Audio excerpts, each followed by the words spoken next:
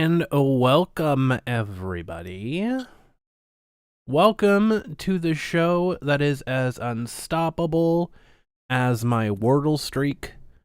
This is Canuckleheads. Good day, everybody. I see Laquedria. We have Blaze Firestorm. Mary in the chat as well. Edgy Bobby. Hello, everyone.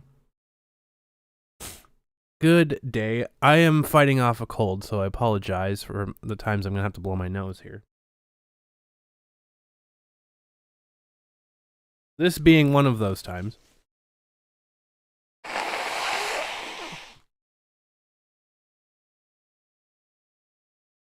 Oh my god. Sorry, folks. Fighting off a cold. It's the weather's been changing back and forth here, so I, of course, having the wonderful immune system that I do, always end up getting either a sinus infection or upper respiratory infection when the seasons change. So there you go. We have an ASMR sneeze. Probably we'll have more than one or two during the show. Don't you worry. Probably we'll have a couple during the show today. But we have a show. I'm starting a little bit late today because Eric Rolon will be joining us a little bit later. We're going to wait for people to come in. He's got to put his little one to sleep. And so once that happens, shortly after 7 o'clock, so about a half an hour from now, or just give or take a little over half an hour, we'll be getting Eric on the show. So I started a little bit later to give myself a buffer to get you guys in the chat and to talk about some of the funny shit that's been going on Twitter this past week and a half. Just don't snort like Phil. I'll try not to. But I also have, some of you might not have seen it. Some of you might not have seen the music video that I'm going to play today. So I'll play the music video in a little bit too. It's a new hit single from our good friend Jay Weezy. The clowns have been unleashed. Hello, Stacy. How are you doing? Zombie Warrior 88. Welcome, everybody. So we're just gonna chill and chat a little bit until Eric joins the show here. So I wanted to give Eric a little bit of time for people to come in because he's got some stuff to talk about today. I don't want to spoil any surprises. But there's been some developments that I think Eric wants to share with us. So we're going to hear from Eric when he shows up in just a little bit. So hang out until then. But oh my goodness, have we kicked a nest today? Let me tell you. What would you call? Would you call it a tent? A tent of clowns? I don't know. I don't know what you'd call like the home base of a clown, like a group of clowns. Would it be a school? Would it be a tent? I don't know. Kick the clown car. The clown car has certainly unleashed, has certainly emptied out, I guess you could say. Good Lord. Back when, I guess this like really kicked off when, so I'll tell you a little bit. I'll tell you a little bit of the story about what's going on here. This is my what I've been able to surmise, in my half sick brain state right now. I'm still in a bit of a head fog from this cold, but my brain still works. What I've been able to surmise here, I've pissed a lot of people on the other side of this off because they just can't stop. They can't stop me from talking. And they really, really want me to stop talking. Because they're afraid of whatever I'm saying. I don't know why you would be afraid of facts and truth and evidence, because if what I'm saying is not true, which we all know it is, if what I'm saying is not true, the easiest way to debunk what I've been saying is to present a counter fact. Notice how they can't produce those. Notice how whatever I've been talking about on the show, whether it be Vic Mignogna, whether it be Funimation, whether it be Quentin Flynn, whether it be Tayukan and Gacto, whether it be Eric Rolon, whatever I'm talking about on the show, there is no counter argument. There is no counter fact to it because I present facts to people. The only counter argument that these idiots on Twitter can make is ad hominem nonsense. Which, in case you guys, if you didn't know, a big, massive, super duper top not so secret was released, or I guess discovered. It's only been public for, I don't know, 7+ years, but it was just discovered today or sometime in the past few days by this clown mob. It was just discovered by this clown mob. So you know what that means? That means it just happened right now. It just happened right this second. It never happened before, clearly. Big, massive, super not so secret, yes. Was the fact that I had a mascot suit at Anime North in 2015. I think it was 2015, roughly. Before I became a con organizer, anyway.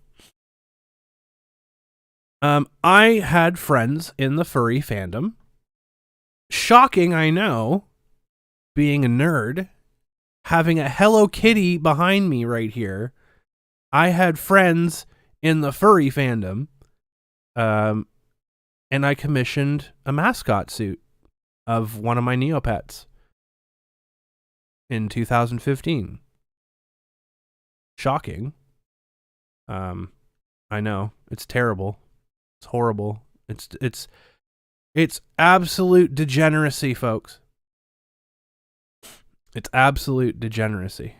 One of your friends is a brony. It's not like I've had a brony on the show ever, because I did once a bit ago. Don't know if you folks remember that, but you know, I kind of did. I kind of talked about having my Neopets account. You know, I'm gonna have a Neopets account for 20 years. My Neopets account is gonna be 20 years old. 20 years old. Isn't that crazy? Stacy, it wasn't necessary. Like, I wouldn't call it a fursuit because it wasn't really a fursuit. Like, fursuits to me, and I'll explain this, guys. Fursuits to me are to a certain degree of involved, right? There's certain things that are like the quality of. I'm not saying that my suit wasn't good quality. The person that did the work on it did a fantastic job, but it wasn't to a degree of what you would see of some people's fursuits, the stuff that you would like literally maintain and keep and whatever else. This was more closer to a mascot suit, where it was just like basically a one piece with a head topper, right? That's basically what it was. It had like the little gloves and it had the feet. But I commissioned a suit based on my Neopet, or one of my Neopets. I have like 4 Neopets, 5 Neopets. And that was it. I used it for like maybe a year and a half. It was super popular. People loved him. People loved it. Can I say? It was great. It's a lot of maintenance to keep them. Because the stuffing and the padding and stuff goes flat and you have to know how to sew and everything else like that. It's costly to send it back to people for them to fix it, and you have to have the know how to do it. So I just didn't end up using it as much as time went on. And to the point where I retired it in like 2017. So shocking, I know. Shocking that I went in public with it and people knew that I had that suit. Surprise. I don't know why that's a surprise, but I guess it's a surprise. But yeah, I mean, I have friends in the furry community. I myself am not furry. I'm furry adjacent. I would say I'm furry adjacent because I got into the furry fandom, and I'm like, okay, this is pretty cool stuff. And then I'm like, you know what? I'm not that into it because I saw how into it people were, and I'm like, I'm not that into it. Yes, I still do tarot readings, zombie. I absolutely do. Usually on special occasions. I'm not sure when I'm going to have my next tarot reading stream, though. Probably sometime in the future. Clutches pearls, exactly. There you go. There you go. That's one of the big secrets. The other big secret was that I've had my Neopets account for 20 years. My very first Neopet, Marcy, is turning 20 years old in December. 20 years old in December, by the way. So, another big secret was that I was an artist. I was an artist, folks. And I drew... I drew all sorts of stuff. I mostly drew my Neopets because that's what I was into at the time. Oh, noes. And so I drew some of my Neopets, and I drew NSFW art. Shocking. Surprise. An artist that draws sexy cartoons, stop the presses. Yeah, shocking. Oh, you do tarot readings as well, zombie? Nice. Yeah, no, I do tarot readings. I do them offline mostly, but I do sometimes do them on streams when it's like special occasions, or I have like nothing to do. I'll just do like a tarot card reading stream. But yeah, I do. That's pretty cool. I love tarot, and I love tarot cards. Rest in peace, Gilbert Godfrey. Not the art, the audacity. So yeah, the clown mob thinks that this is some sort of major gotcha. Go for it, folks. If that's the worst that you found out about me, then hey. What does that say about you? I need my fucking glasses. The dirtiest thing about me is my glasses, apparently. Well, they had the funeral for him today. That's sad. That is sad. No. So there you go, folks. That you've found out my deepest and darkest and most terrible secrets. Hello, Greg. Power Cake Greg in the chat. One half of the dynamic duo. There we go. There you go. There's my deepest, darkest secrets for you folks. It's not the fact that, you know, I have or defended. I have not acted or defended child predators.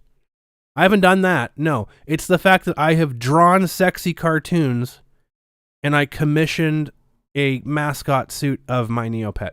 That is the worst possible thing on the planet. Never mind the man who has been molesting children that's still working at Funimation. Never mind that. Never mind the people who have been defending little people lovers on Twitter and making excuses for them, saying that they've changed. Never mind that. Never mind that. Famous Crumbrion tarot card reading for the very low price of $300 an hour? No. Cancel that, Morpheus. If I do it on stream, I usually do it for free. If I'm doing it for friends, then I do it for like super cheap. Offline. Eric, know that it's 5:30 Central Standard Time. He said 7 p.m. I don't know if he meant it at his time or my time. I said I would start it at 7:30. I would start it at 6:30 and then have him on. But I hope I don't know if he meant 7 my time or his time. But either way, we can keep going until he shows up. Doesn't matter. He said that he was putting his little one to sleep at 7 p.m. and then he would show up. So I was giving him some time to do that. Oh, he might have meant your time. That's okay. That's fine. That's fine. I was planning on warming the show up anyways, so If I have to talk for another hour, I have to talk for another hour. It's not a big deal. Not a big deal. He shall not be named as a P-Bear, confirmed. We don't talk about Bruno. We don't talk about Fight Club. We don't talk about the ingredients of Wendy's chili. It's 5:47 Central there. Okay. Well, I will send him out a message, and I will let him know. It might be a little bit longer before we can get Eric on the show then.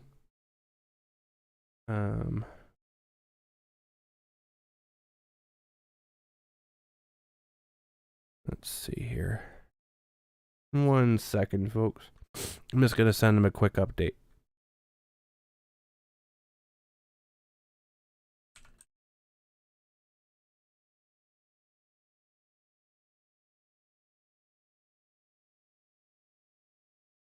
There we go. That's fine. If it's 7 p.m. Central Time, then I'll just talk for another hour. That's okay. That's okay, Greg. We got stuff to talk about anyways. YouTube was buffering and you had to update with the app. Oh my goodness, Stacey. You didn't miss too much. Did you miss my big secrets? Eric Hartman? No, Eric Rolon, the voice actor. Eric Rolon. But in the meantime, once we have a little bit more people in here, I'm gonna play you guys a song, folks. We're gonna have a musical interlude to kind of tie ourselves over until Eric shows up. Okay, he says CT, but ET works too. Okay.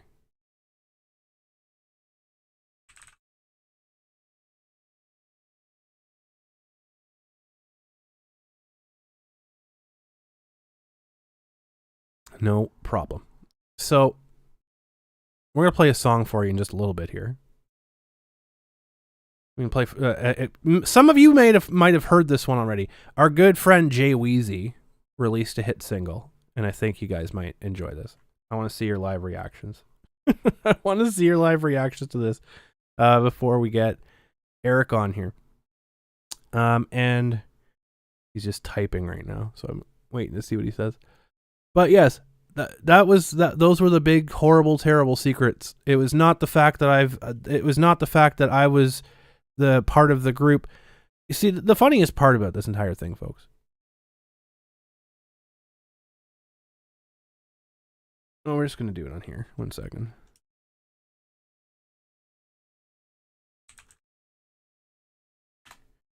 All right, so he's going to pop on soon. Here. I have to make the StreamYard link 1 moment. Oh my god. I have to make the StreamYard link. The funniest part about this entire situation that's going down on Twitter, we're boomering in real time, so bear with me. The funniest part about this entire thing is that these people have been defending a molester. They've been defending their friends at Funimation who have been doing inappropriate things. They've been shielding the people in Funimation who have been doing inappropriate things. And you had to restart your phone? Oh no.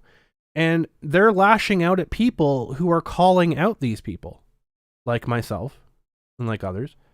They're lashing out at people. To be fair, an open molester. Exactly. An open molester. Even worse. Where's that window capture? Is this one, right? We're doing this live in real boomering time here. Pull that down. Fung. Oh my god. Where did that go?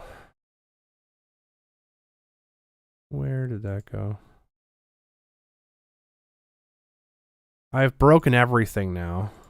I hope you guys know. There we go. There's the StreamYard.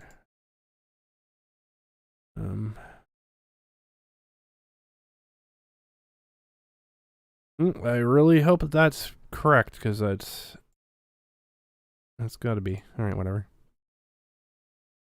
It'll work, whatever. I'm boomerang the shit out of this right now. I'm gonna pull this up here. You're gonna see a screen here in just a moment. Yeah, I need to fix that. This is the StreamYard interface, by the way. Boy howdy. Let's get that down. Oh, guys, also, if you're looking for a web browser that is actually like really fucking good, by the way, Opera has an amazingly good web browser now. I was very skeptical of it, but it's like a gaming browser. It's like it markets itself as a gaming browser, which I think is dumb, but it actually works really, really well. Dang it, Bobby! I know. I was thinking of doing this just on Discord, but it's actually easier to do on a StreamYard. So there we go. Do that. Eric should be here in just a little bit. Put that back where it's supposed to be. There we go. All right. All right. Opera for Windows? Yeah, it's for Windows. It's for Windows. They released one for basically all platforms like iOS, Windows, all that fun stuff. But yeah, Opera is actually a really solid little thing. And it has like integrations with a bunch of different things. But I use Microsoft Edge is much better now, oddly enough. Internet Explorer was shit, but Microsoft Edge is super, super slim in terms of browsing. So I use that. I use Edge for stuff like Twitch. Because Opera tends to have a lot of memory leak and really bogs down on Twitch, but Microsoft Edge doesn't. So, hello, Ragnarok Knight. Hello, good sir. Then I got that. Let me do something else. I have to do something else too, real quick. Good lord, I'm like boomerang on the fly here. See, I don't script any of this, folks. Because you get interesting moments like this where I get to just kind of ham fist my way through all of this stuff.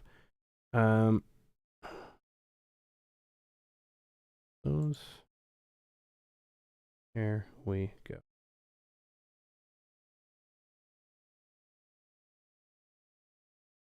There we go. Now we're all good.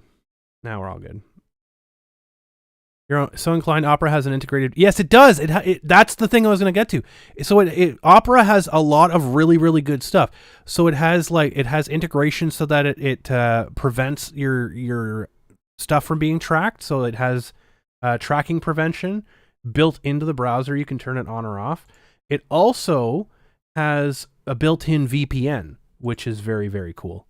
It has a built-in VPN, which actually works, which you can, again, turn on or off if you want to. There's so many good security options on Opera. And Eric has joined the lobby. Excellent. Well, I will let Eric get set up here. Yes, definitely check it out. Check out the new Opera GX browser.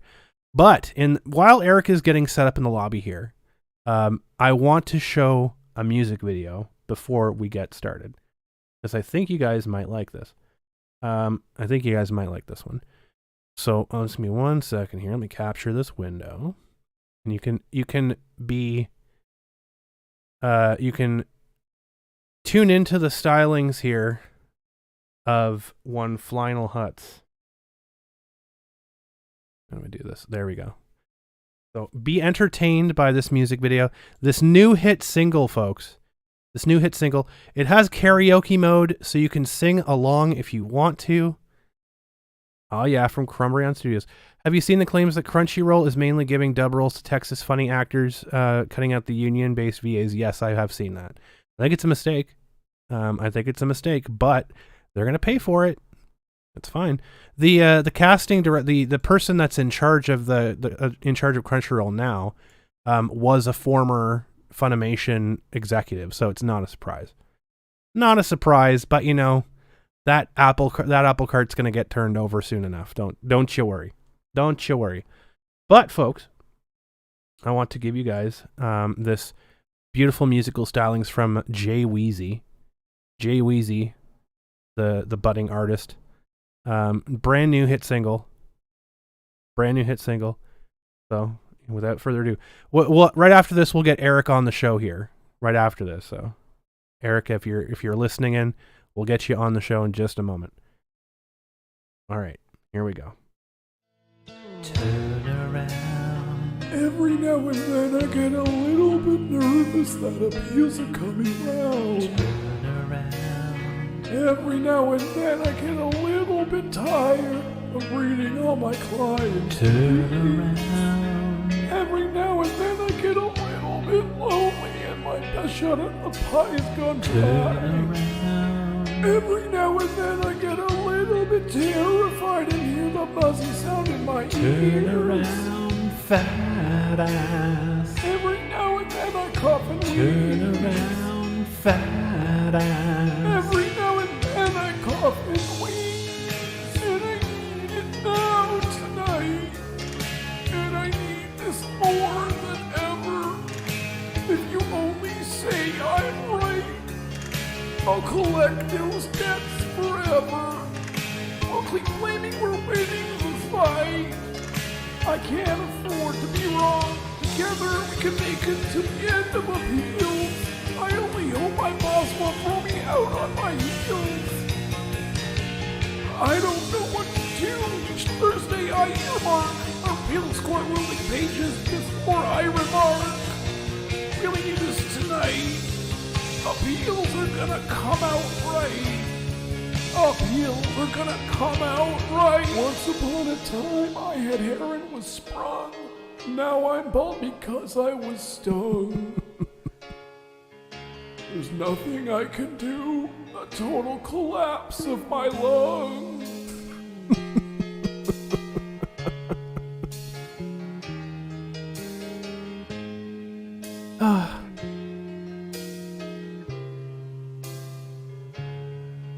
There you go, folks. There you go, folks. The new hit single from Jay Weezy.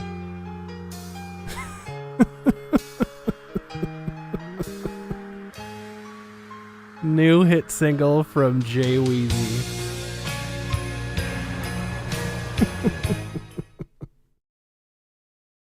There we go. All right. Now with that being out of the way, let's get our good friend Eric on here. One sec, let me line this up. Oh my god. Can I select the stream here? There we go.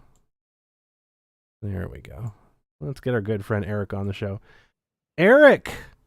Hello, hello. Welcome. Welcome back, I should say. Thanks for having me. You're very welcome. You're very welcome. Happy to have you back. Happy to have you on the show. Happy to be back. Hopefully you can still breathe after that music video. But yeah, so I'd heard some developments. You reached out to me. You wanted to come on the show, so I was happy to have you back. It's been a minute. It has been a little bit. It's been a busy minute too for both of us. Yeah. So what you been up to? Well, let's see. I guess the big thing that's happening now is my family and I, we're going to be moving from Texas up to New York, actually. I did hear about that. About that. Going to be making a move up there largely since our family is burgeoning at the moment and is growing. We could use a little bit of help with our little guys. So we're going to be getting some help with family as we'll be living quite a bit closer.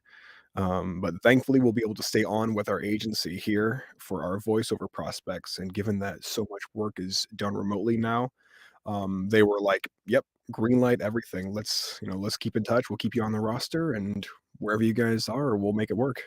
Oh, there you go. So at least Yeah. you're not being like completely cut out from it then. No, thankfully. I won't lie. It was definitely a decidedly serious hit that I ended up taking after pretty much getting clipped from anime at large. But the good Lord has provided in other ways, so we're just very grateful for friends and for family. Oh, that's very good. Oh my goodness. So like, Yeah. how have things been? Because I know that you've been a little bit more outspoken since being on Nick's show. Definitely so. I engaged the culture war full steam ahead, as it were. And for a long time over the last couple of years, as I'm sure you're well aware by now, that I have a lot to say, and typically when I do say something, people listen. And it's been very, very hard to not, I guess, add my 2 cents to what's going on when I have a certain amount of knowledge about a particular topic, Mhm. or when I have a certain amount of understanding about something that's being misunderstood. It's really, really hard when you actually have information that you can clear up the, kind of the murky areas for people.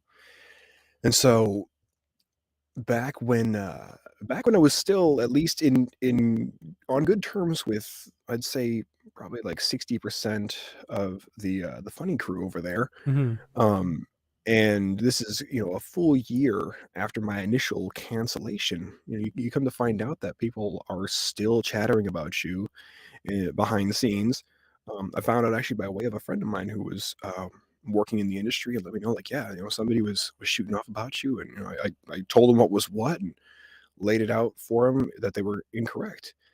And I had gotten to the point where I don't know if I mentioned this last time on stream that I was losing sleep over the fact that people just couldn't let something stupid go. Yeah. And so when I put up my little kind of tell-all post up on Twitter, I told Kylie, I said, "Look, you got to take the leash off me, baby, because once I'm stepping into this realm, like, I'm not going to go out of my way to just be a dick to people. I'm not trying to go out here and just throw firebrands, as it were, but I'm going to be fighting for truth and faith." And she said, "Okay, you and Greg get your show off the ground, hot button co-op, and once that leash comes off, I won't put it back on." Yeah. So yeah, I've been full steam ahead ever since. That's good. That's good. I'm happy to see that you've been vocal, and I know that after you came on my show, I had been reached out to by a couple of individuals. We talked a bit about one. Yes. Yeah, which again, these people that I've talked to, they don't want to have their names associated with anything. They have stories, and they have some salacious stories, but they can't. They don't want to put their names behind anything. And it's like I get it, but I can't report on that. Like Yeah. I can't talk about that. So it's I know it's really important, and it must be difficult for you to actually put your face and your name and your brand behind what you're saying. To a degree, yes. By and large, it's you know that you have a huge majority of people that are just not going to receive it. Yeah. Because it's very hard to shift somebody's belief if they already have that belief established. It's like I've been reading a book as of late called No God But One, and it's Allah or Jesus, written by Nabil Qureshi. And he talks inside there about his own journey from having been a very, very staunch Muslim to actually accepting the Christian faith. And about how when he was in these arguments back and forth with people on the other side of the aisle, as it were, how derisive he realized he was even being, and how because he was already so established in what he believed, it was nigh impossible for him to have his mind changed, save for when he took up the responsibility of doing his own due diligence and seeking out these mysteries for himself. Mm-hmm. Same thing can be said for whispers that go on inside the entertainment world. The same thing can be said for things that. Oh, let me know if my mic is. Kylie says my mic is cutting out over here. Let me see if I can plug it in a It little might better. be StreamYard. I've been trying to fiddle with StreamYard to get it to fix, but it's being a little bit of a jerk. Okay, let me see here. I might have. Hold on, so I can fix my volume. Is that a little better? It seems a bit better. Okay. Well, just let me know if I cut out over here. I'm trying not to clip or anything like Yeah, it's that. clipping a little bit, but Okay, let me knock it down just a tiny bit there. Hopefully that'll fix it. Check 1, 2. Okay.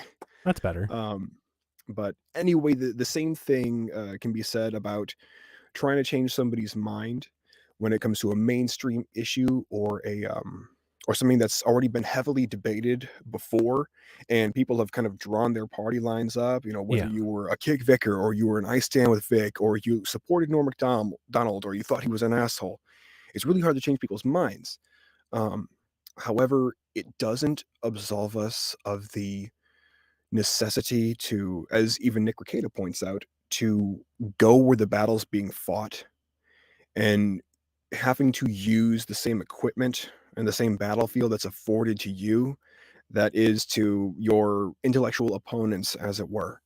So I totally understand when people out there want to remain with a certain amount of anonymity. I get it. You know, I get the fear of losing a job, the fear of losing friends. Like I've lost a ton of friends over the last couple of years from just this whole thing that's been going on, and kind of the wall getting peeled back, Yeah. and seeing that dirty, broken down foundation of what, this beautiful, pristine veneer of entertainment that I thought existed was.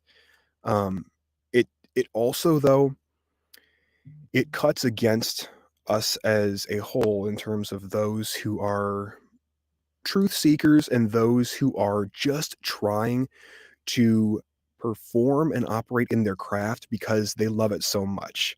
It really cuts against them because it's like you have privy to information. You have information that not only clears up a misunderstanding, but is liberating to everybody who hears it, even those who can't stand it and don't like to hear it. It's like the truth will still set you free. It may be painful to hear, but it's going to end up doing more good in the long run. And the people that you lose who you thought were friends, you find out were not friends at all. Mm-hmm. But those that you gain through all those tribulations, as I'm sure you're well aware, those who you gain through it, those are the ones you know you can count on and who will stick closer than a brother. Absolutely. And I completely agree. It's just so frustrating because I hear the same excuses all the time. Of, like, oh, well, I don't want to make it difficult for X, Y, or Z, or I don't want to jeopardize this person or that person or blah, blah, blah. It's like, okay, but by doing so, you are complicit with what the terrible things that are going on. You're complicit with that. At the end of the day, like I went through this stuff with friend groups before, and it's like, no, I won't stand for this stuff. I will speak up. I will push back. I will fight back against these things. I will speak out against it. The bad stuff in this has to stop. If it doesn't stop, then I'm not going to support that, whether it means that I have to lose a hobby, I have to lose a job, I have to lose a friend, then so freaking be it. Because like you're compromising your morals, you're compromising yourself by being complicit in this stuff going on. Oh yeah, that you're 100% correct there. And it was largely why I reached out to you the other day, because there's been so many rumblings going on in the last really short amount of time inside the anime world. Yeah. And so much of what you see people complaining about, and so much of what you see like the mainstream actors trying to draw attention to, is really smoke and mirrors for so many ulterior motives. Like this big thing that you're seeing so many of the, we'll call them the elite voice actors talking about now, is this potential of losing of, like, we'll say, union actors not being able to participate in dubbing work done down here in Texas anymore, and it going to more local people. And you've seen so many people talking about online, like, yeah, oh yeah, what if we do unionize the voiceover market down here in Texas, and then we're gonna get our fair wage or our fair rate. Okay, well, in some senses, yeah, that'd be a great idea. It sounds good on paper. But what then happens to all those who are local actors who maybe aren't union, Mm-hmm. don't have nearly the clout to their name that some of these upper crust people do? What then happens to them in their careers when suddenly a company is now forced to pay a union wage for work being done at a premium, and they're on a very, very tight schedule? They're on a tight budget. They don't have time to take a chance on a new talent and risk that person not being able to do that hour or 2 hours worth of recording, but they still have to pay that person the premium. So it's like, well, now you see most of that work end up inevitably going to those who are well established and already connected with the union. And so there's been so much back and forth. And there's been a lot of disingenuous talk coming from people who should really know better. Yeah. And I know you saw me going in pretty hard on Jeremy Inman this last week Yeah. over one of his comments, words to the effect of, Yeah, because, the little guys don't have thousands of dollars to spend on expensive equipment and a beautiful rig, and, oh, they were the ones who were struggling and forgotten about over this pandemic, while essentially they were hiring out to all these Hollywood talent or big names, and I took exception to that because when you see somebody, like Jeremy specifically, talking and essentially gloating about the fact that, "Oh, I got this big name actor from Hollywood or from LA to be in my show," and making a point to drive that. Not that there's anything wrong with that, but to then, behind the scenes, not cast the little guy, not cast many of the little guys inside his shows. Now, whether it was because he was worried about time or whether it was because he was worried about somebody not being able to do the job, it ends up coming up against this brick wall of disintegrity when a person has every opportunity to do that. And as we saw in the first few months of the lockdown, like no anime was being produced. Yeah. The first show they tried doing remote recording on was My Hero Academia. And it was like, why would they go with that show? Well, it's a AAA title. Everybody on it was a big name. Everybody would pretty much assuredly have a really banging home system that they could record from. So it was like, okay, these are professionals. They should have a professional level set of equipment. We can go ahead and start with them, and then we'll see where we go from there. Well, if you know as well as I do that it does not take thousands of dollars to set up even a I would say a professional level or at least a professional competing level sound setup for yourself. Like I'm sitting inside right now a walk-in closet that could probably accommodate a queen size Murphy bed if I wanted to put it inside here. I spent about $60 on 4 walls worth of acoustic foam, the 2-inch thick stuff. Mhm. I've got a few drop cloths here to catch sound. The microphone I have right here is less than $400. The digital audio workspace that I work from typically are free, or if it's a one-time buy thing, it's, like, under 99 bucks. So to get set up, it is it's a small cost. Also, if you're gonna record remotely, typically you're gonna use, Source Connect Now, which is a free-to-use piece of software, so it doesn't require 1,000 or multiple $1,000. No. That aspect of it was, definitely a virtue signaling. Now, the real disingenuous part comes in recognizing that, okay, they're like within an organization like Funimation, Okratron, Bang Zoom, Sentai, Marvel, DC, the Cartoon Network crew. You're gonna have your core group of talent. Like if say you have a stable of 18 or say 800 actors that you have had inside your doors over the last 3 years, probably within there you'll have like 300 to 400 who are your main go-tos. Okay, well, if they're your main go-tos and you wanna make sure that production can keep going, like, those are the ones you're gonna end up catering to, Mhm. and in that 3 to 400, you might have, like, say, 75 that are, like, the AAA title holders just about every single time new seasons roll around. Okay, well, you cater to those top 75, and then if you can, you're gonna try and cater to the other 400, and sorry about the other 400 because, it's like you guys don't have the notoriety to be a draw, and, you may not have the setup, okay? So you still have a ton of small fries inside there, in addition to some bigger hitters. So, over the pandemic, this is no secret that, like, Sony was able to accommodate the fact that we all had to record from home. Right. And Funimation has, its own core group of talent, its own list of actors, and so a number of us were provided with an at-home acting rig, which included like a microphone, a mic stand, pop filter, a little digital audio workspace to be able to record and work with. And if you didn't have that, we were reached out to by the studio and they said, "Hey, look, if you have something different you'd like to work with, then just let us know. We'll get set up on Source Connect now. You can record with your mic. It records directly in our studio. Like, we'll make this work." So they were very, very ready, willing, and able to make all of this work Very for interesting. for anybody across the US, which is why you saw so many names coming out of LA recording from their basement or their closet. And you're like, "Hey guys, Funimation session today. What do you think about my Stitch Kigurumi?" Like while they're sitting there with their mug of coffee at 8 in the morning. Well, given that that was the case, and given that that was the allowance that Sony was able to make for its actors, to then put up a tweet that says, "Oh yeah, not only do people not have thousands of dollars to spend on an acting rig, but like, what about the struggling, forgotten people?" Okay, well, as a director at Funimation, your hands are not tied in terms of who you bring in to work on your shows. Like they're not.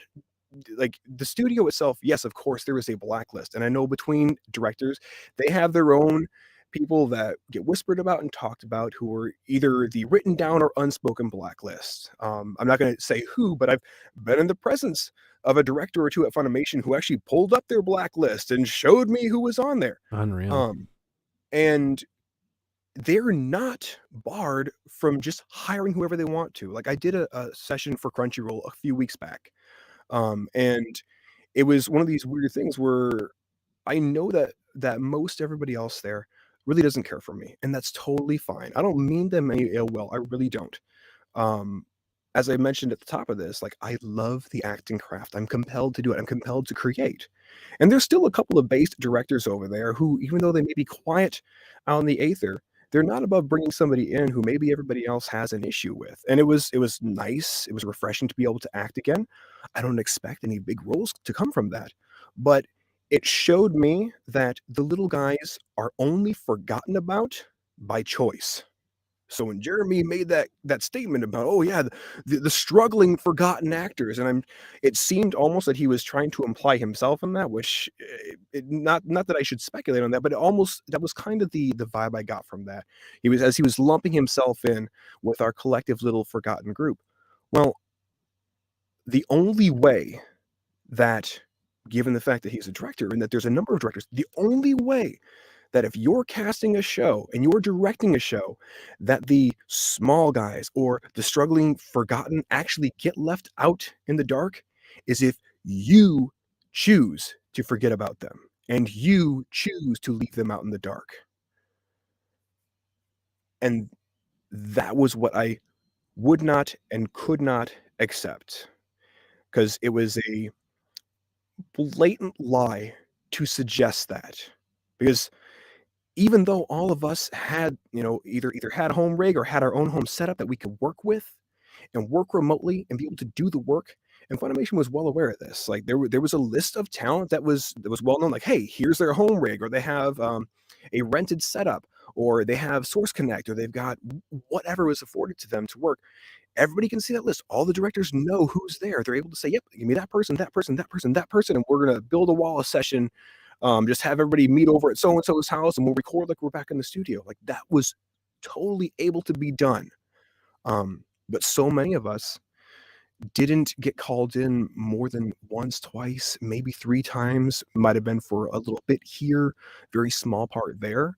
The thing is if you look at Crunchyroll, or what Funimation was up until this merger and this kind of subsuming that's happened, is it was really a glorified theater company.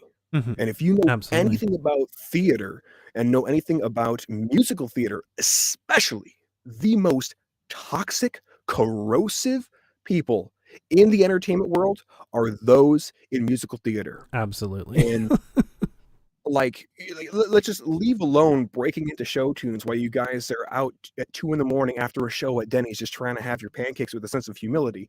Um, leave alone that. The clickiness that happens within those theater companies is to the degree that if you're not, of the Fab Five or the Fab Seven, or those top 8 who are in every single show, who have the director's ear, who are the ones who always go over and hang out with each other on the weekends when they're not doing shows, if you're not in that small clutch, don't expect to be cast in anything consistently. Don't expect any of the lead roles, because typically one friend's going to be directing this season, and then their friend's going to be directing the next one. And hey, I put you in my show last time, so I'm expecting you to put me in your show, and vice versa. It's all this back scratching, and that's what Funimation became. Like in any job, yes, you're going to have some nepotism to some degree, of course, especially if as a director or somebody who's able to position somebody within your corporation or company, and you have this information about somebody outside who's really, really gifted and really, really good. Well, sure, you can kind of speed them up, and they can kind of cut in line, as it were. You get to pull that velvet rope and play bouncer for them, and they can walk on in. And yes, that does happen. It happens in any kind of industry. Um, but you oftentimes do see everybody clutching so tight to the chest behind the scenes, but Mm-hmm. then pretending as though they're these bastions of opportunity and these bastions of casting or these bastions of publishing. It it's just disingenuous, and I can't stand it. Now, I gotta say also, like, this isn't licensed for anybody to go out there and start mobbing Jeremy's Twitter or his social. Like, don't do that. Don't reach out to him. Don't reach out to these people. Be above that nonsense. Because I'll tell you what, the those who, to borrow from the words of the Bible, those who are workers of iniquity, they have their reward. Okay, it's like there was a great story in the Gospels about the Pharisees, the scribes and the elders of the time going to the church and praying super loudly and giving their offering and being like, "Oh God, please receive with open arms this tithe I'm setting before you. Thank God I'm not like this tax collector behind me." However, this tax collector behind him is sitting there beating his chest saying, "God, please have mercy on me. I'm a sinful person." It's like, okay, well, I'll tell you who's walking home justified.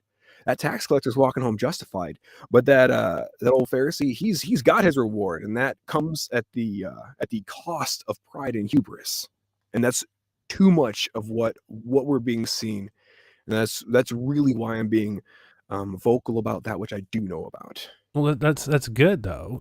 And I mean, I encourage people to speak up and speak out about that stuff. And I'll echo the sentiment. There's no point in talking to these people. They have gotten to a point where they can't be convinced. They've convinced themselves that their vision is the only one that's right. Yep. There's no point in talking to a Monica. There's no point in talking to the Jeremy, or the people out there that support them, like the BTs of the world, everything else like that, because they have already decided what their reality is, and they're going to push forward with that reality. Like we've seen it through like the absolute attacks on fact and evidence, and the just sheer refusal to acknowledge that things could be different than the way they think they might be. We see that all the time, and like I don't know, like I'm guessing, because based on some things that I've been hearing, there might be a person that is in charge of Crunchyroll now that used to be in charge of Funimation during the heyday of Funimation, right? When everything was good with whatever else. That person is apparently cutting off people from the other from Los Angeles and centralizing everything into the Dallas area now. Whether that's because Dallas is easier to get around certain laws, like the right to work, et cetera, whereas Los Angeles might have a bit more power to the voice actors themselves. Whether that's a business decision, whether that's another decision entirely, I don't know. But I'm hearing that type of stuff. I'm hearing that people in the Funimation, like in Dallas, have been going after people based on, I say going after, I mean excluding people and cutting people out and being just downright nasty to people based on how they vote, based on their religion, based on their like life views and things like that. These are stories that I'm hearing that are consistent from the voice actors that have reached out to me. Again, like I can't put anything down on paper because they've asked me not to share their identities, and I respect that. Yeah. But this is a consistency that I'm seeing across the board. I talked about this on Toy Bounty Hunter's channel, on Toy Bounty Hunter's show the other day.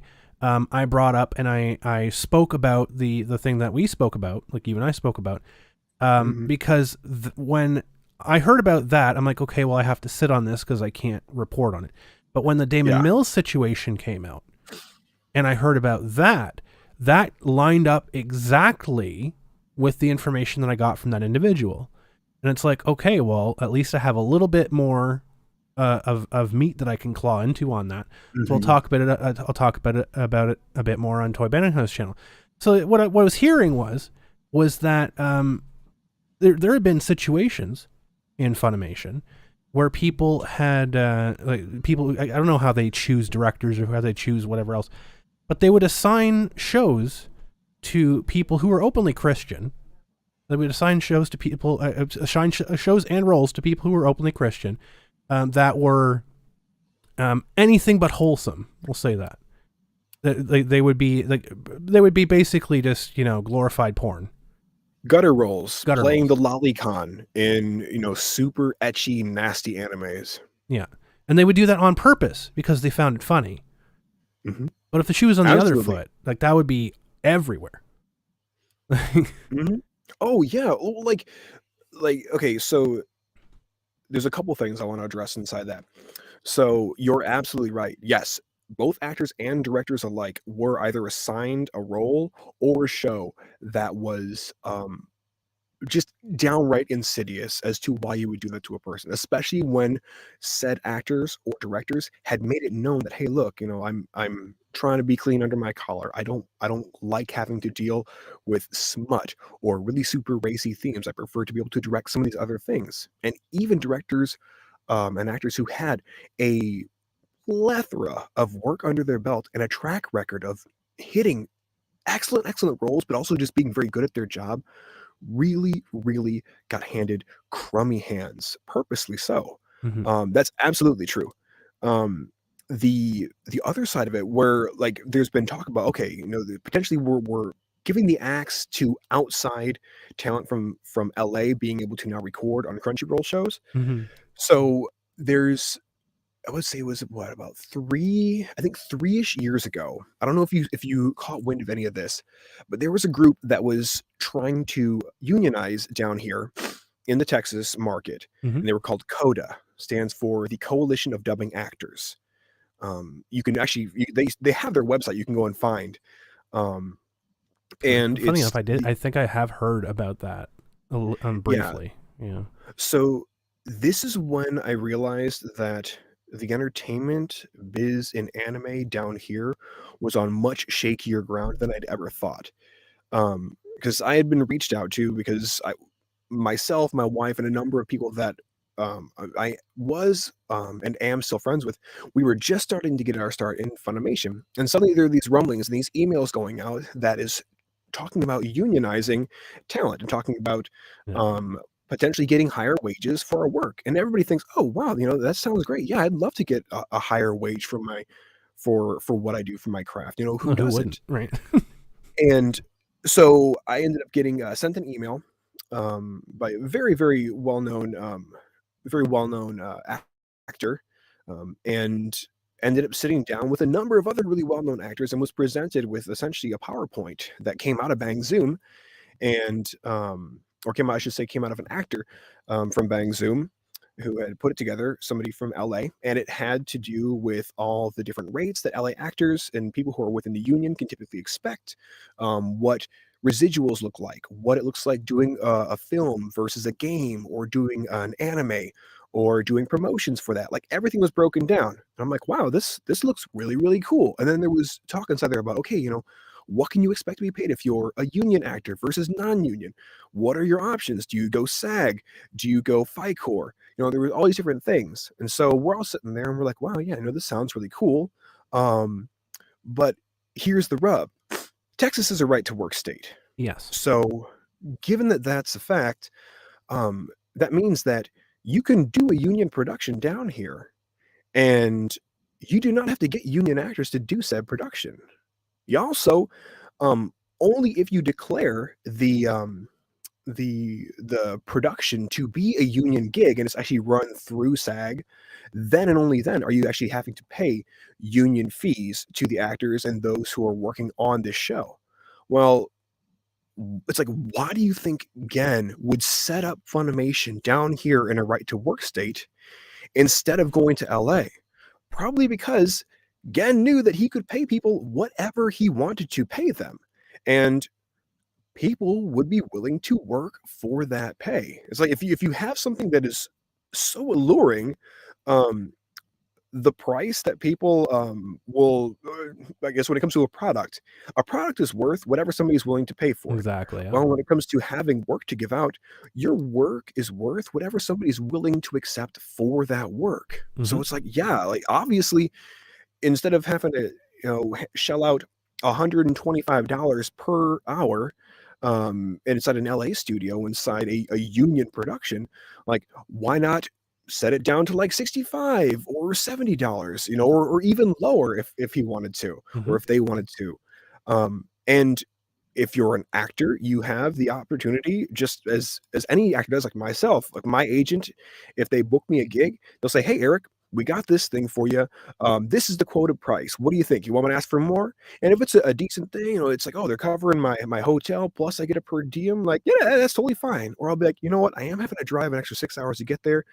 See if they can throw in gas as well. Or you know what? Let's bump it up another $100. Like, I have the choice to refuse it or accept it. Exactly. So we're in a right to work state where, yes, unionizing, sure, it would be awesome, but that starts all the way at the top, on like the governor level, essentially shaping the state to either be, through their own litigation and their own bill passing, to either keep Texas right to work or open it up to be a unionized entity for entertainment.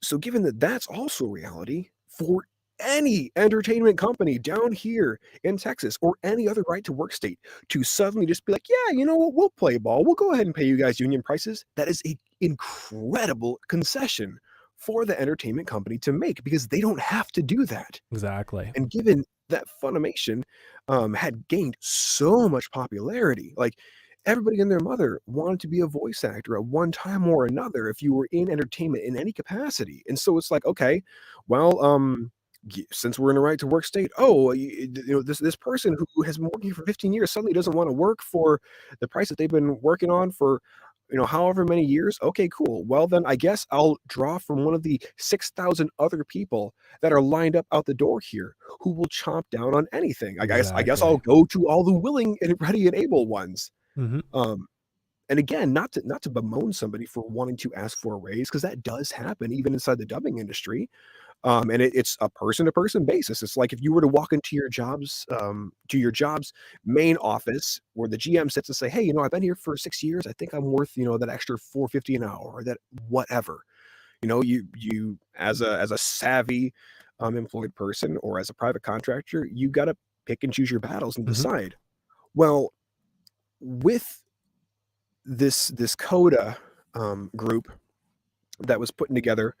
Again, you can go to the website. If you just type in CODA, or Coalition of Dubbing Actors, you can go to the website and you can see a list of every single one of their supporters who has signed their little petition on there. And most of them are straight out of LA. They're straight out of a union state. Hmm. Now, it's fine, if you wanna unionize your work inside a state that isn't right to work, because that's not what California is. Fine, go ahead, make your union. You're gonna have way more success there than trying to force a company to make a concession here, because the only way that you can force a company to make a concession here of that magnitude is to put them in a position that they cannot refuse. And Exactly. then when we got to the end of that little PowerPoint presentation, that was what was presented to us. Someone asked a question, okay, well, we're in a right to work state. How do you plan about going about doing this?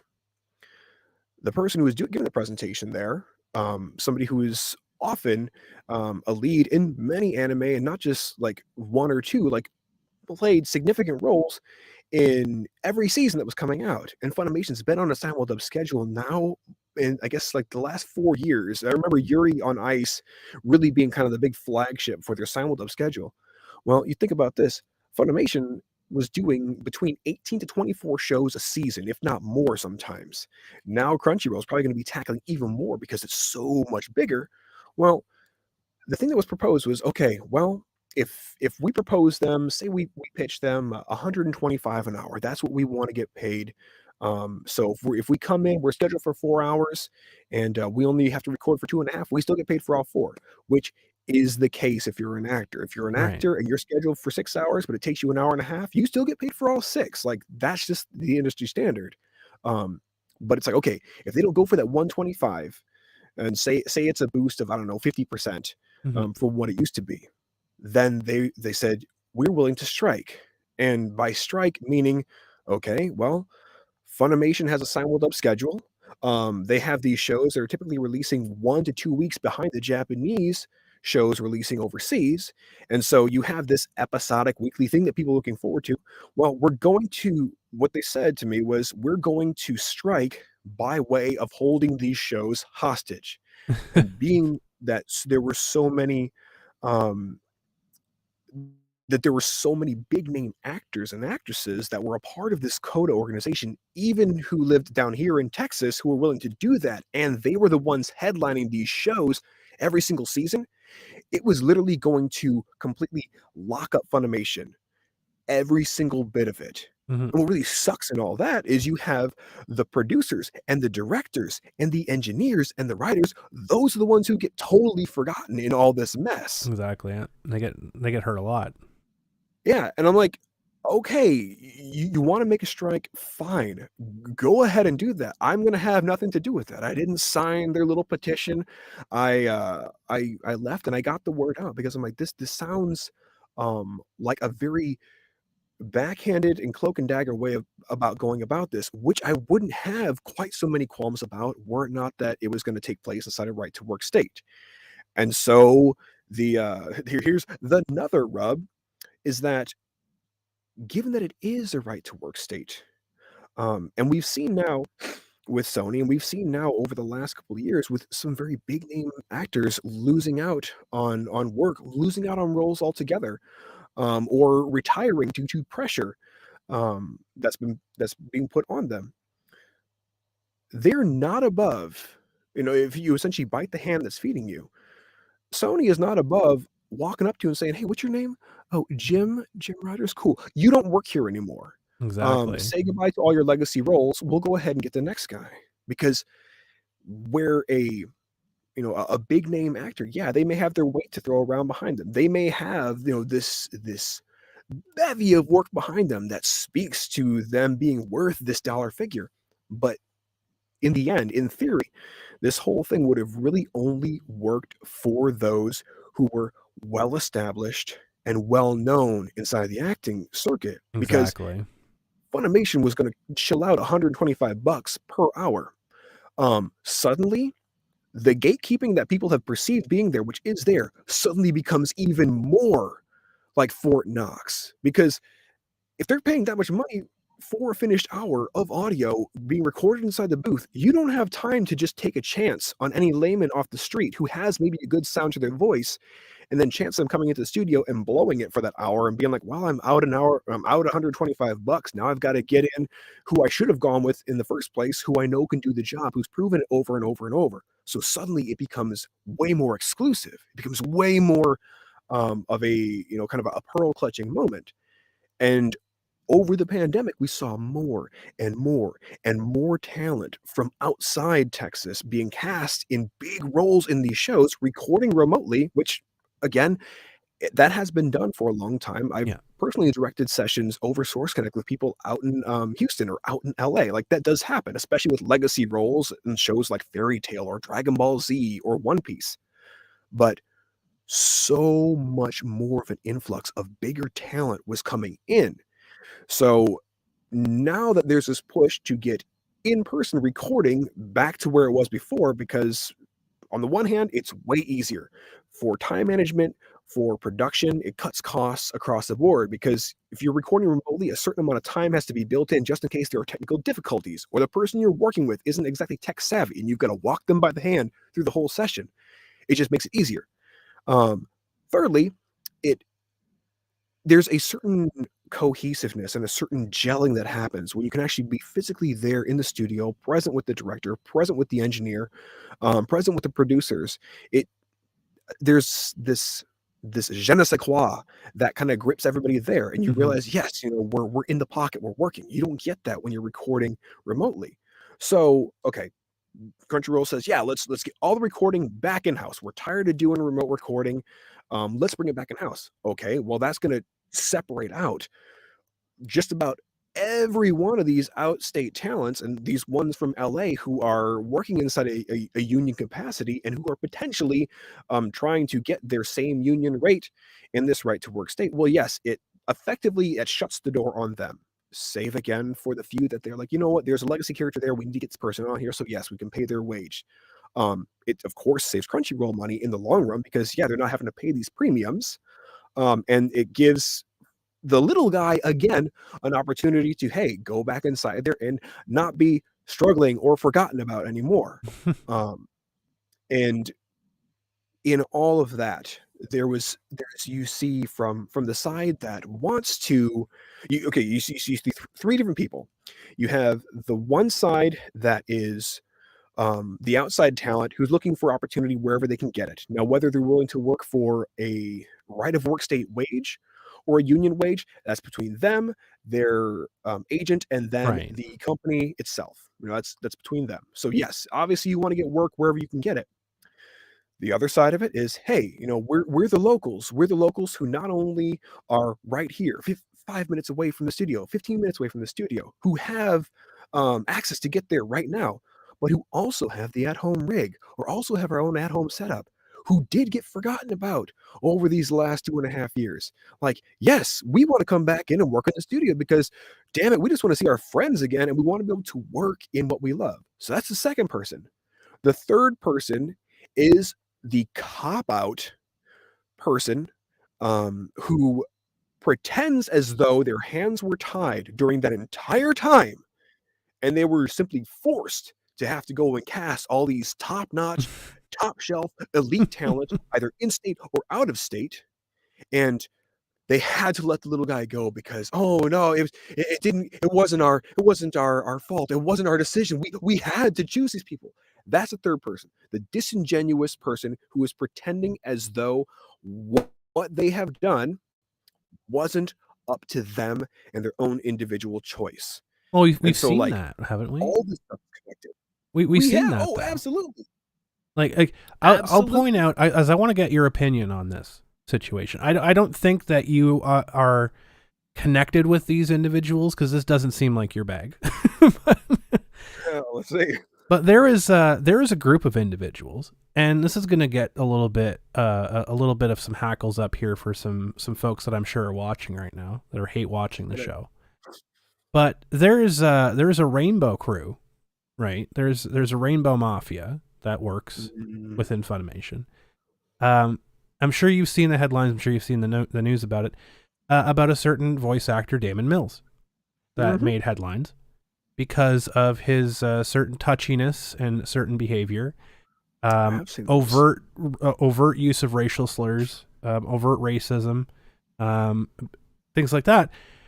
All of that being brought to light, all of it being poo-pooed away by the same group of people that are going after people who have conservative views, people who have Christian views, same group of people. One of the producers or directors, whatever, Wald, I think his name is, he came out and stated after all the stuff that happened with Damon Mills, where let me just recap this briefly for everybody here. Damon Mills fully admitted that it happened and it was consensual. There was DMs that were leaked that were showing him participating in inappropriate discussions with someone who was under the age of 18, not able to properly consent at the time. We saw this. I think it was David Wald was the director. I mean, somebody out there can correct me if I'm wrong, but he came out and stated that I'm still going to be cast. You're still going to hear Damon Mills in my shows. I'm going to cast him in my shows no matter what. As far as I'm understanding, Wald is also, I believe he's gay, bi in the very least. I believe he's also a gay man, who had rumors. This I don't know for sure because I don't know him. I don't know Damon, but I've heard rumors that David was very much hands-on with young male voice actors as well. Was very much flirty, was very much, outwardly seeking young male voice actors as well. This is rumor. Again, I don't have any proof of this, but this is stuff that I've been hearing. So this is perpetual cycle stuff. But Mm-hmm. David's an older man. Damon is a younger guy, who apparently, dabbled in all that sort of stuff. But it seems as though that group of like the Rainbow Crew that's at Funimation, and I've heard this from more than one source in Funimation, that they are currently like have a stranglehold on Mm. casting decisions and certain decisions that are being made in there. I'm It not sure if you're wouldn't surprise me. I'm not sure if you have any Wouldn't- information about that or any insight about that, but So I have no firsthand knowledge as to Damon or David in that capacity. Like I've met Damon, I've directed Damon. Um, we always had a great working relationship, even spending time outside of Funimation. So I don't have anything to say to that. Mhm. I will say though, I will speak to the appearance of hypocrisy when it comes to treating one person one way when allegations come out, allegations that end up having no actual evidence, physical, written, or otherwise, to substantiate them, and then having allegations come out about another person where there is, say, corroborating evidence. It's very, very hypocritical to treat one one way and one another. And I made a comment on Twitter, I think it was a couple weeks back, and I still stand by this. Now, whether everything is 100% true regarding Damon, or whether it's 90% true, or whatever capacity, if it is indeed true, and what is uh, what is being done is things are being swept under the rug, I would say that whatever entertainment company that won't afford the same internal investigation to all those allegations and seeking into whatever happened or supposedly happened, if they don't afford the same exact intensive scrutiny as they did or claim to have done for, say, Vic Mignogna or any of these other people who have gotten canned for their views or putting a foot out of bounds, then that entertainment company does not care about its target demographic, kids and teens, and young adults, and does not care about truth by and large. Um, because the hypocrisy there, everybody can see it. Everybody does see it.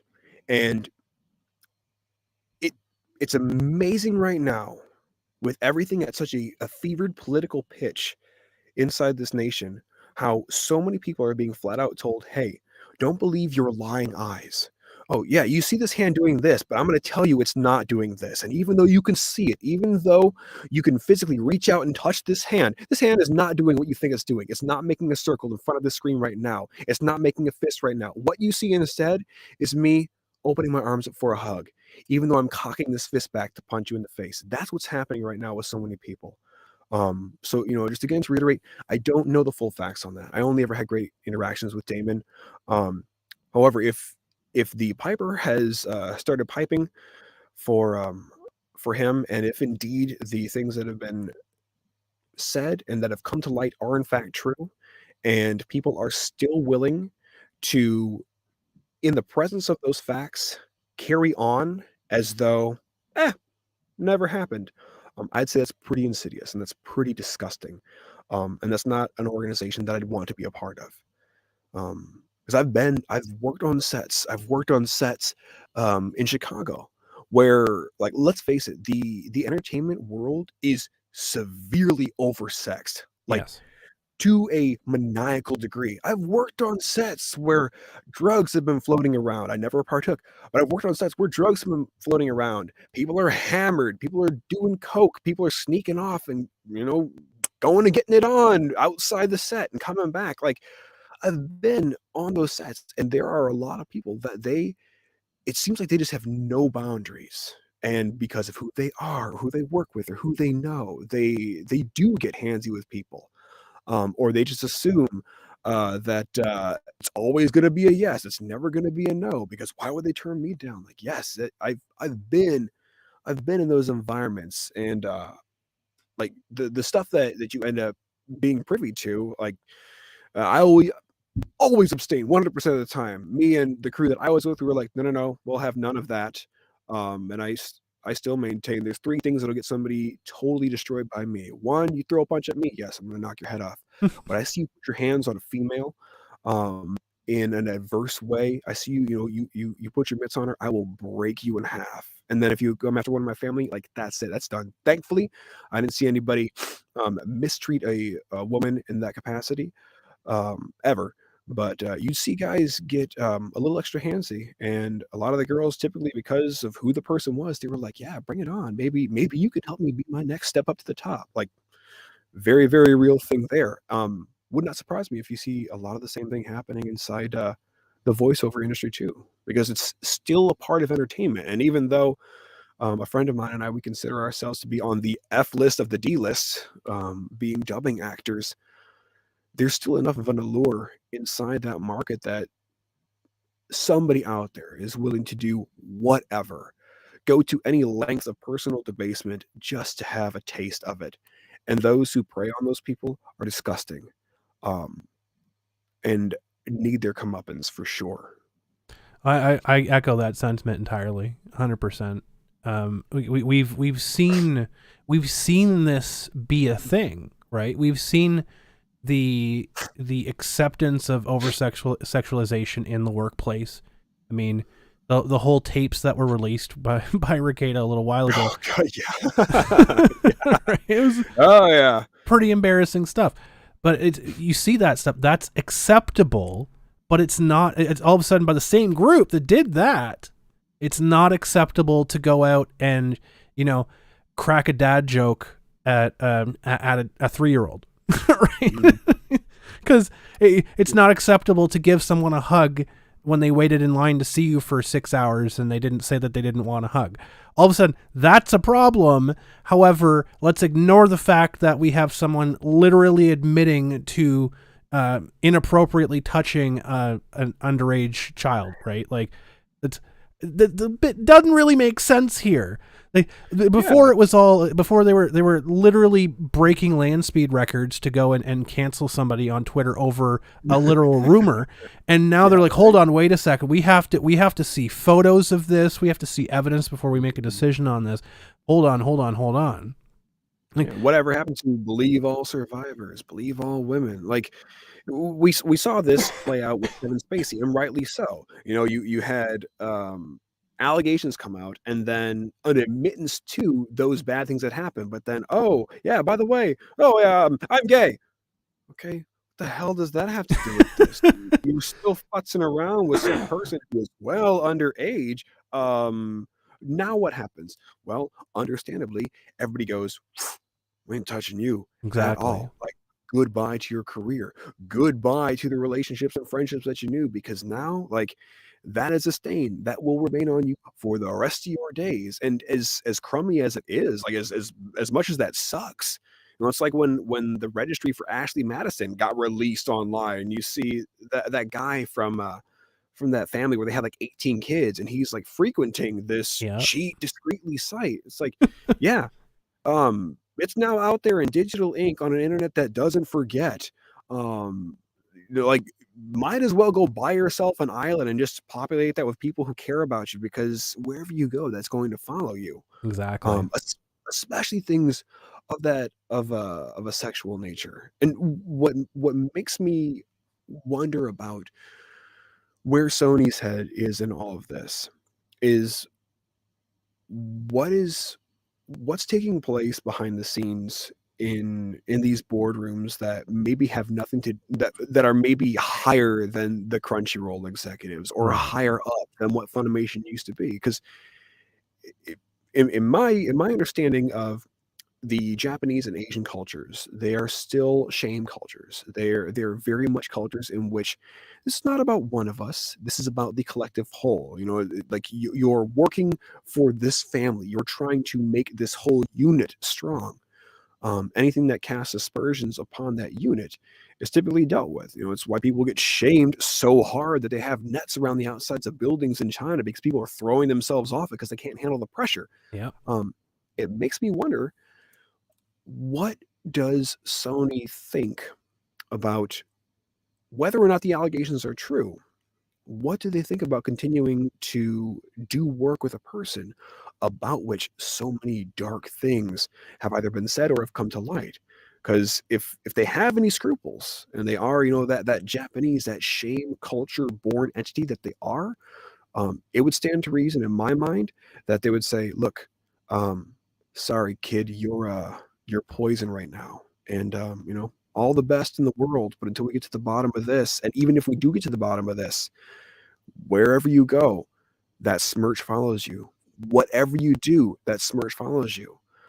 Because were I in that position, were I in that decision making position, I'd say, look, I don't want to have to cast the next big hit show that's supposed to be targeting a demographic of kids between the ages of 9 to 14, like Hamtaro or the early years of Dragon Ball Z. I don't want to market a show to kids like that and then come to find out that there's been credible allegations about one of my actors or one of my actresses touching a minor or dabbling in kiddie porn.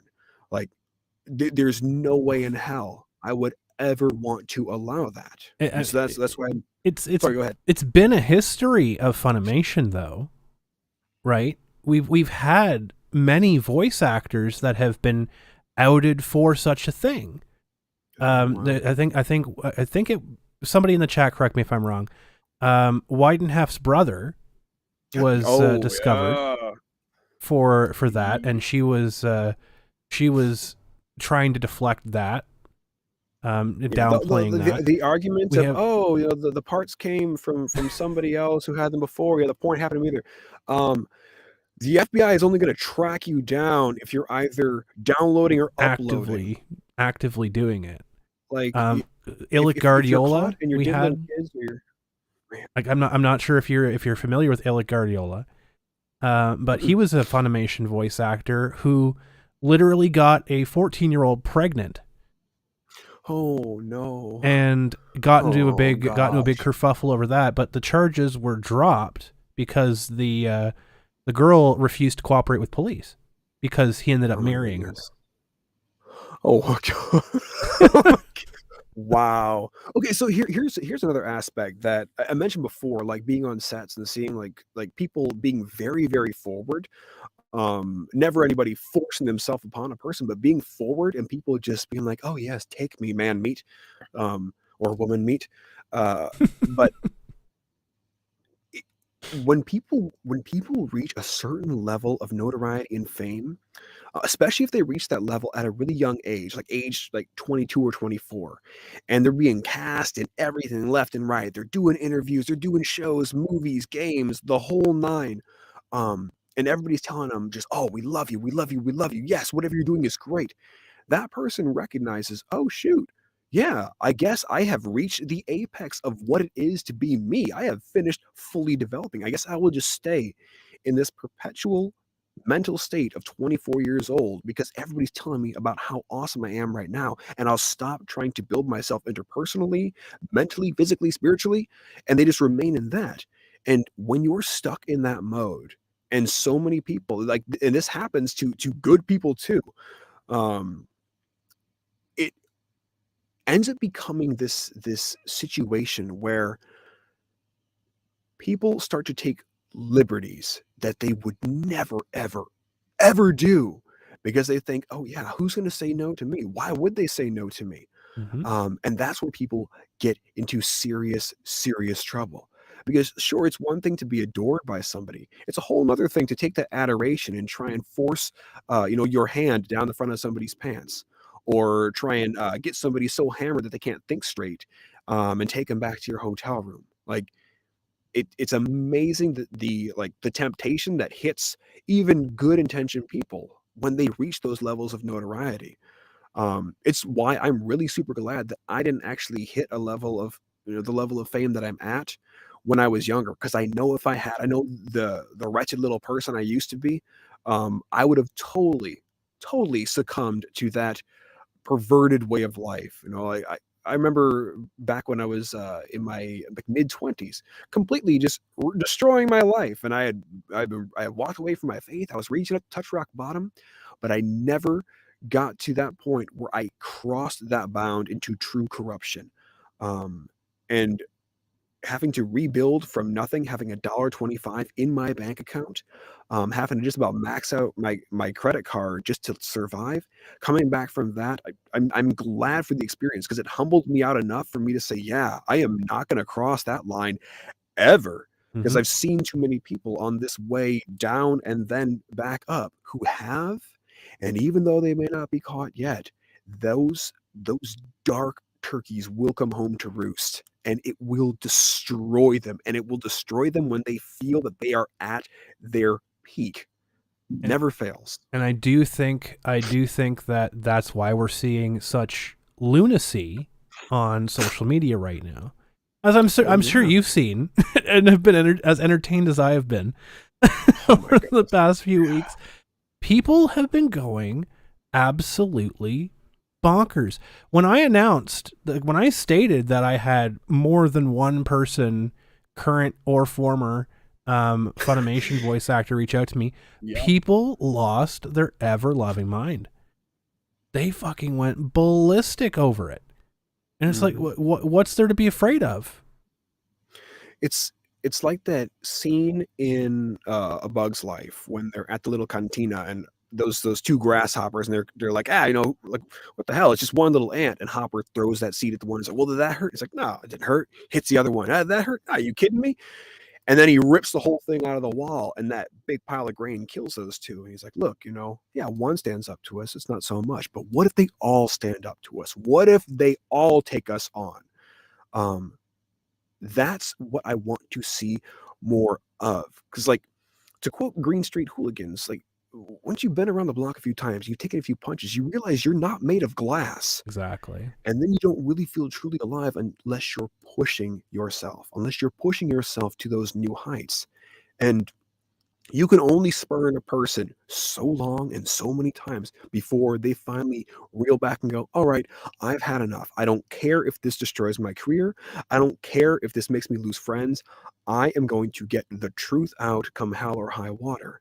And I would really, really hope that that would inspire more people who have something to say, who have been clammed up for years because they're worried about losing out on their economic stability or losing out on their friends or their frenemies.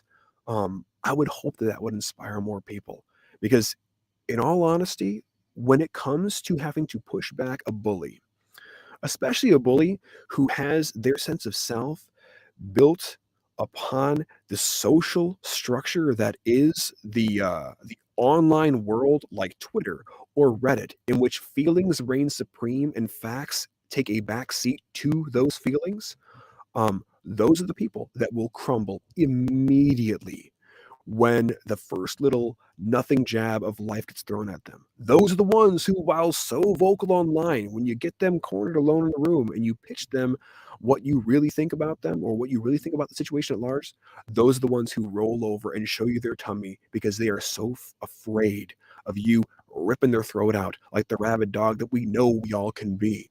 So I tell people, like, look, you do not have to sit back and let lie after lie after lie get leveled and do nothing about it, especially if you know the truth about that.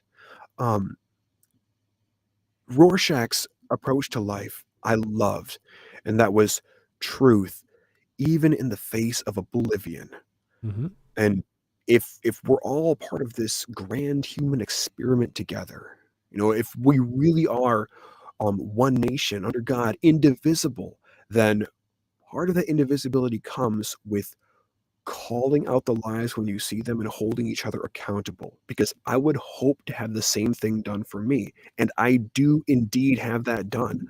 The friends I have, man, they will hold my feet to the fire. And I ask that of them, because I don't want to ever put a foot outside of bounds. I don't want to go off half cocked and make a huge mess of my life. I would hope that those around me would be strong enough to walk up and say, "Hey, Eric, I know you're bigger and taller and tougher than I am, but here's all the areas where you need to patch up those holes in your defense and toughen up. Because if you don't fill those holes, they're going to become even larger, and you're going to fall to pieces." Exactly. Well, it's one of those things. Like I've said all the time. I've said this many years.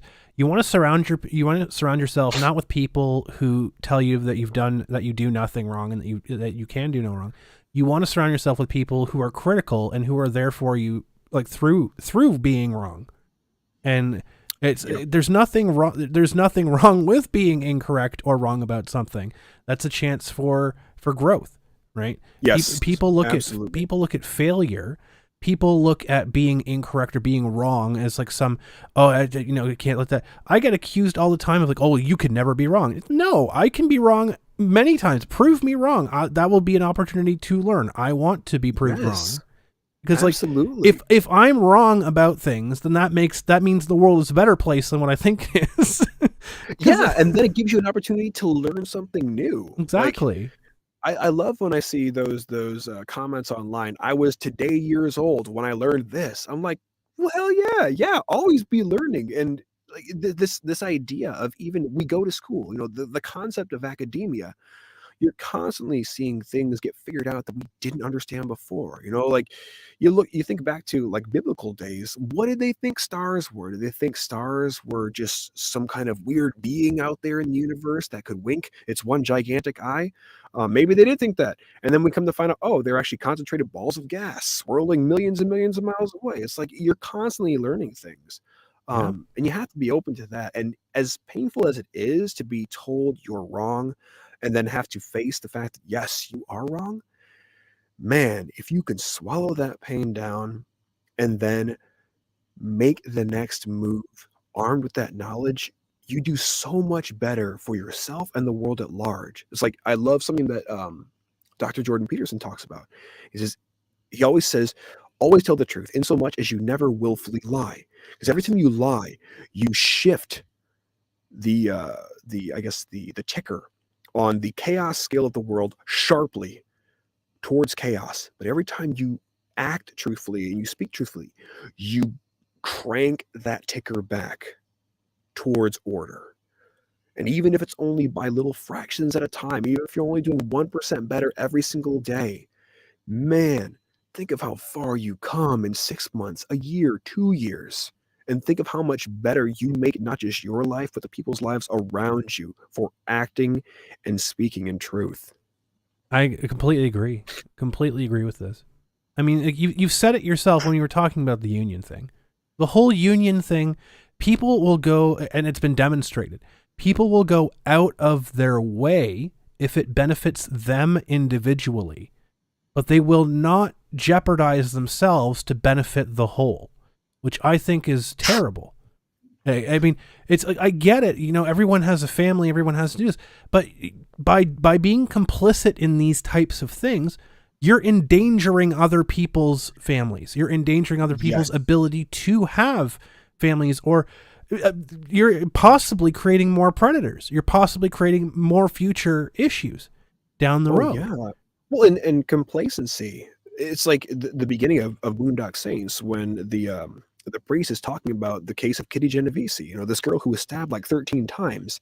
Nobody so much as called the police. Nobody wanted to get involved. They Mm-hmm. all just stood by as her attacker left and then came back and finished the job. And he talks about, yes, we all fear evil men, but what you have to fear more than that is the complacency of Yeah. good men, of good women. Because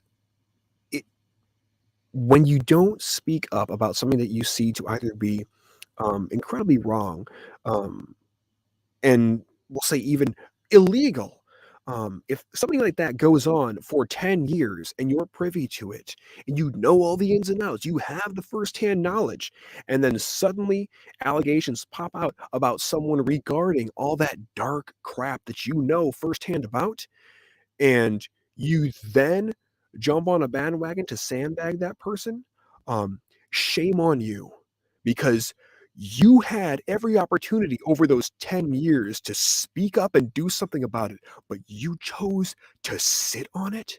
You chose to sit on it and let more people become victimized by this, either a real happening or a supposed happening. Um, that I cannot stand by, because there is an onus on us. It's like the final episode of Seinfeld where the whole crew ends up going to prison because there was a good Samaritan law put in Exactly. place. And you've seen time and time again at conventions where you see the signs cosplay is not consent, and then you always see with it, if you see something, say something. And rarely Okay? does that Look, happen. yeah, it's like if you saw something, then why didn't you speak up? If you let 10 years go, what does that say about you? Does it say that you're complicit in this? Does it say your complacency was more compelling to you and drove you further because of the opportunity of having more gigs? And there was an inherent fear about possibly losing out on gigs that you didn't say anything over 10 years? Like, what does it say about your character? If you knew about something like this for 10, 15, 20 years, you kept your damn mouth shut, and then suddenly when everybody's dogpiling on a particular person, you then say, "Oh yeah, that guy, yep, I've seen this time and time again. It's his modus operandi or her modus operandi." No, shame on the person who approaches it that way. I'd rather be Absolutely. the guy who goes individually to that person and says, "Hey, look, knock this off. I'm gonna take you out back and snap you like a twig. If I have to go to the higher ups, I will.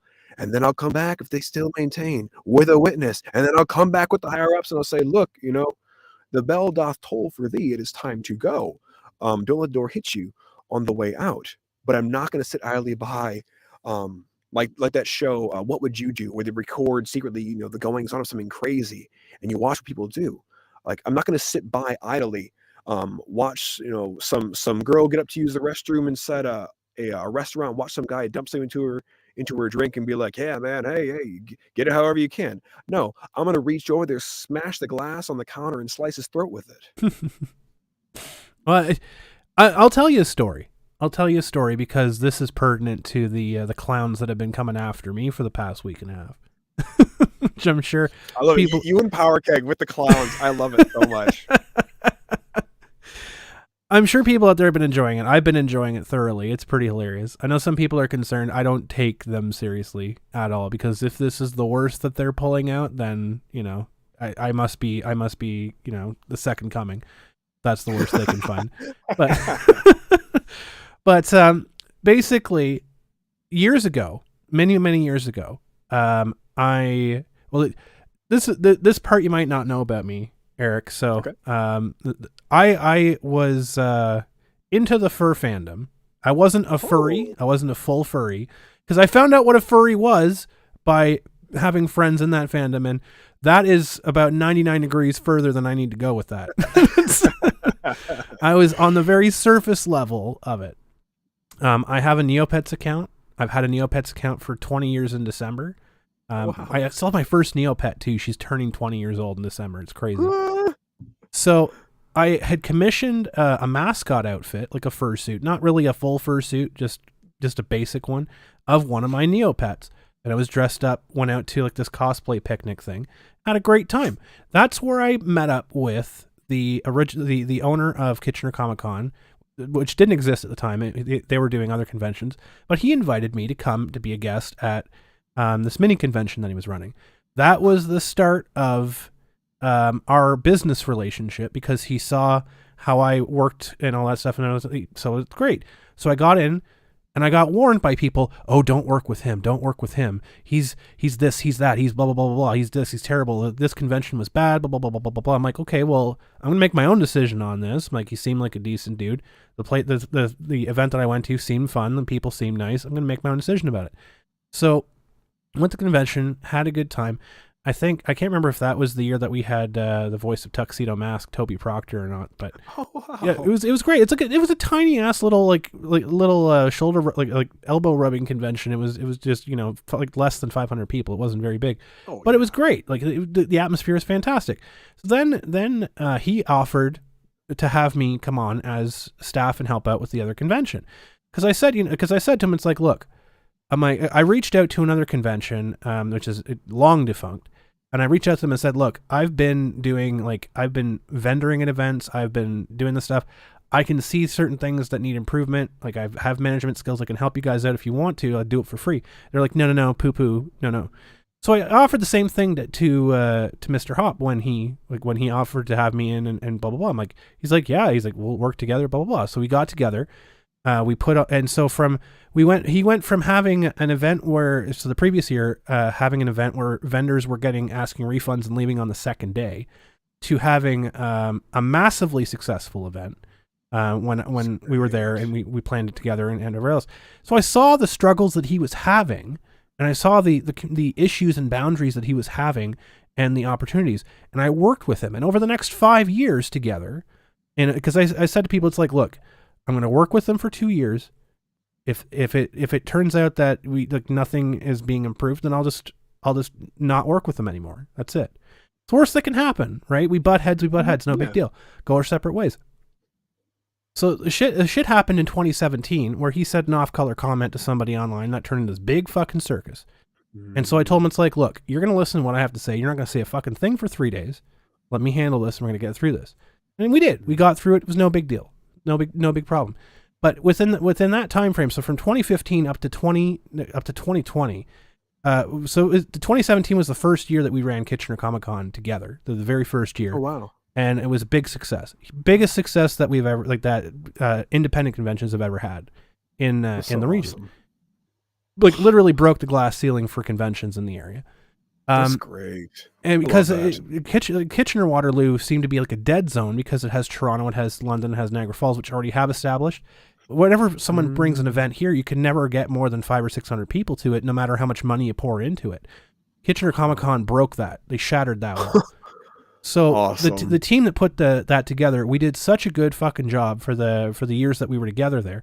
And I said to him, it's like, look, he grew throughout that time frame. I could have listened to these people and said, oh, you know what, he's just this or that. He's an asshole. He's this or whatever else. Could have done that, but I helped him work through it, and we created something beautiful. Up to 2020, we had Vic Mignogna headlining the event. We had for the second year for the first or second year in a row, we had a cosplay contest that the proceeds that we were getting from the cosplay contest were going to the Canadian Mental Health Association. Like all of this stuff, like we were giving back to the community in such a massively huge way, and there were so many people that were they just wanted the destruction of the con. They just wanted the destruction of Mr. Hop. They wanted the destruction of me because I was standing in their way from destroying both of those things. There's so many people that just wanted to destroy that. It's like, look, if you all put all that energy into fixing what you think is the fucking problem instead of attacking and destroying, because like we had created a lot of great stuff. Which I have to take a moment and praise VisionCon. VisionCon is inviting Quentin Flynn at the end of this month to their event, and they've been getting a lot of flack and a lot of attacks from these lunatics who have been going after Quentin Flynn. I have to give top praise to VisionCon and their marketing department for how they're handling it, because instead of stepping up, they did exactly what we did with Kitchener Comic Con. If people were trying to start up bullshit on their social media pages, if they were trying to spread nonsense, they would just delete and block them. They would ban them from the page. And I reached out to the directors and said, great for you for doing this, for standing up for the fans. And they said to me in an email back, they said that everyone. They appreciated it. Everyone has the option. Everyone has the right to say whatever they want to say about things. They can have their opinion. And it's like, but we reserve the right to handle that opinion how we see fit. Yep. And that's exactly how things should be. Because bringing that stuff up, you can bring that stuff up, no problem. Don't shit on their fucking front yard. Because the people that are going to that event, the people that are supporting that event, they don't fucking care. They want to go. They want to have a good time. Conventions are supposed to be a good time. They're supposed to be that stuff. So like back when the pandemic hit at the end of 2020, I decided I want to go off and do my own thing and go off in my own direction. I had full faith in the team for Kitchener Comic Con. I don't know I don't know if they have anything planned for this year or next year, but I have full faith in them to put on a great show when we're allowed to. We literally just in March, at the end of March, we're allowed to have in-person events again without limits. Awesome. So now we can finally start getting convention seasons going again. It's a bit of a stop and start right now because the government's like, COVID cases are rising, restrictions, this and that. So it's a big ambiguity thing. But yeah. I don't know if they're waiting that out. The venue for Kitchener Comic Con has been closed since 2020 for renovations. That's opening up in June, so maybe they're waiting until June. I don't know. I don't have any insight into that because I'm doing my own thing. I figured I accomplished everything I wanted to accomplish with Kitchener Comic Con. We turned around the image. for the working image of the organizers and that for that organization. We broke the glass ceiling for conventions in the area, won multiple awards, from many different publications. I'm like, you know what? I've That's accomplished awesome. everything I wanted to do here. So I moved on from that. But these individuals on Twitter, which is what I wanted to talk about, was like they just can't. They have to destroy. Imagine if I had listened to them 7 or 8 years ago and just said, you know what, Mr. Hop, nah, see ya. I don't want to have anything to do with you because people have a bad opinion about you. Like, it's like, People have bad what opinions about kind of so many of person us. would I be at that point, right? Yep. Like, I am a big believer in not taking up another's offense. Mhm. And you mentioned something there, just with their initial saying, "Hey, watch out for this, shady dealings and whatnot." It's like, okay, there's two routes that I expect of a person to go once they tell me something about somebody or they go public with something about someone else. And that's number one, if you're going to say something about a person that the world just has to be made aware of, then you need to provide some proof for that to support your claim, and you need to be willing to go as far as is needed to take care of that being an issue. It's like when Exactly. somebody comes out with an allegation of embezzlement or fraud or even some kind of sexual assault allegation. It's like, okay, are you just going to say it and then let people be hung at the court of public opinion? Or are you willing to go as far as is needed, bring the charges against said person, and take this to the highest court of the land if you need to? Because if you're not willing to do that, it would be better to keep your mouth shut. The second part of Exactly. it is if you do say something about somebody, you bring news to someone about another, you have to be expecting and you have to be prepared to be questioned on Exactly. that news and provide substantiating information and or evidence to support what you are either warning somebody about or telling them about. Because I'm of the mind where it seems very much like you, where it's like, look, I'm a big boy. I can make my own decisions. I put my pants on all by myself and I tie my own shoelaces. Um, if if you're at a level already where you're able to work on that high level within a convention circuit, organizing, getting different vendors, getting different guests, figuring out how the lines are going to function, who's going to be in the dealer's room, do we offer refreshments, do we not? Like, if you're to that level, then you have to have a certain amount of savviness about you, business wise or other, that has brought you to that point. You're not just going to walk into something willy nilly with your eyes closed and pretend, even though you feel the hailstones beating against your face, like it's not raining cats and dogs outside. Like, no, you're going to have a certain amount of awareness. And so, like, sure, somebody can tell me to be cautious about somebody, and I will. But even when I'm driving, what do they tell us? You drive defensively. Hmm. Every time you climb into the car, you're driving what amounts to a giant 2,000-pound death mobile. You can make it to work, or you can end up on the cover of the paper the next day. Drive defensively and protect yourself. Hmm. Sure, somebody can say, hey, just be careful, watch out. And I say, okay, cool. I absolutely will be careful, but I'm going to reserve making my own judgment, and I'm going to do so based off of what I see and what I hear. Because I guarantee you, if you're walking through life with your eyes open, you abhor complacency.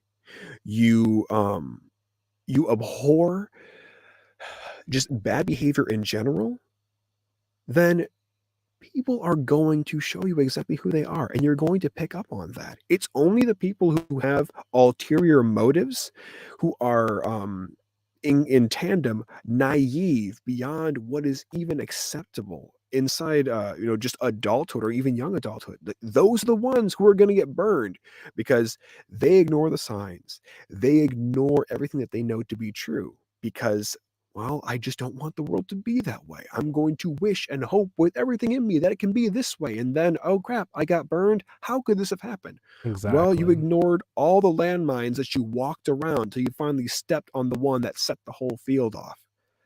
So, yeah, no, I I I, agree. I applaud you for reserving that judgment for yourself and doing what you've done. Because I'll say the same thing of you as I do of Nick, of Yellow Flash, of that umbrella guy.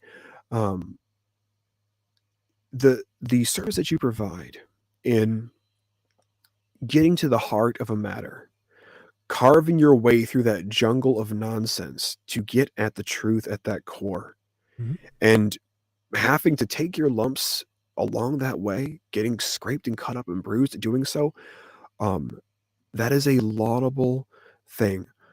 Not everybody has the gumption, and not everybody has the stones to be able to do that. And you got stones by the bag full.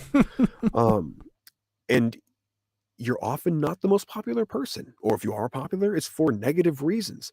But it is still so meaningful, and it's so important that information get out and see the light of day.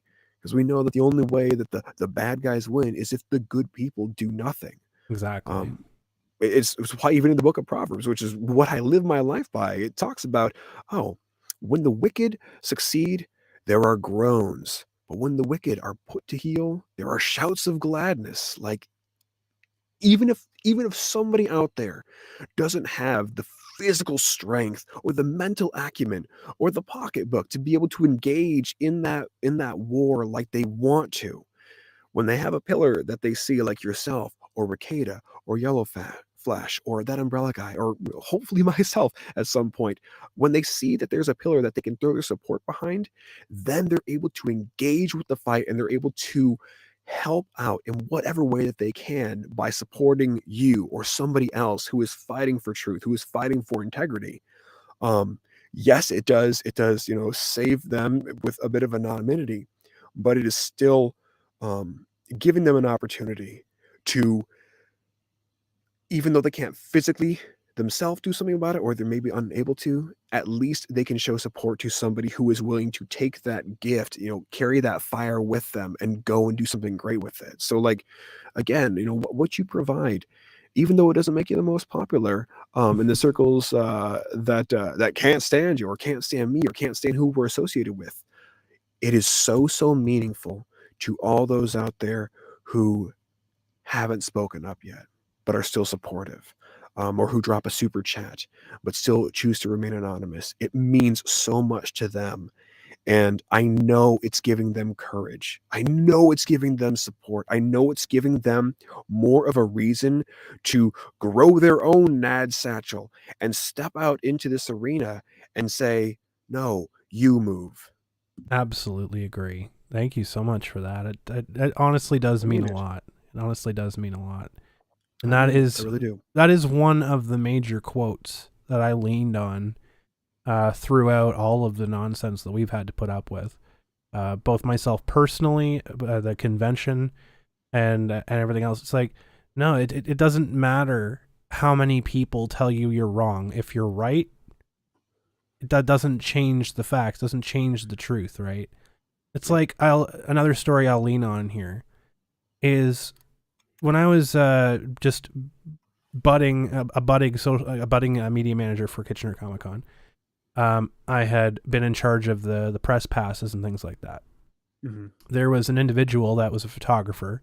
He was a very popular cosplay photographer in the area, in the region.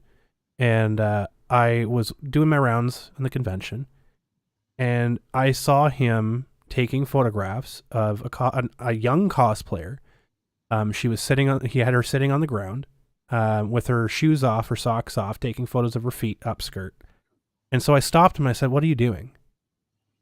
And he tried to make an excuse about it. And I'm like, please, I'm like, don't do this. Like, don't ask the cosplayers to remove pieces of their clothing, blah, blah, blah. Cut it off. He got flustered and left. Cosplayer got dressed and did her thing. So the following year, I'm like, I don't believe I have to fucking do this, but I have to put in a rule saying, like, I have to put in a fucking checklist saying, don't do these things. Mm-hmm. Don't do these things. We didn't have a rule at the time because I didn't think it would be necessary, but apparently it was.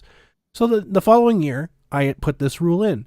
And when people applied to be cosplay photographers or get a press pass, I sent out, okay, you can get it on the conditions that you agree with this list. That individual applied the following year. I sent them the list. Said, please, don't take cosplayers off of property during convention hours. If you want to schedule photo shoots, you can schedule it for after the convention. Don't take away from people or take away from the event. If like don't block walkway areas. So Sure. like if we have designated photography areas that are, you know, well lit up, whatever else, can go there. And don't ask cosplayers to remove parts of their cosplay. Very simple, straightforward, blah blah blah. And he lost his fucking mind on me. He lost it. He flipped the fuck out. I'm like, all right, well, you're not welcome. You're not getting a press pass, and we'll have you removed if we catch you doing this. And I found out years later. So not only that, I got attacked by the clowns that are attacking me right now. Some of the clowns that are attacking me right now that have linked up with the other idiots had been attacking me, saying that I was harassing this guy, that I was being unfair to him, that this and that and everything else and blah, blah, blah. Attacked for years. They attacked me over this guy for years.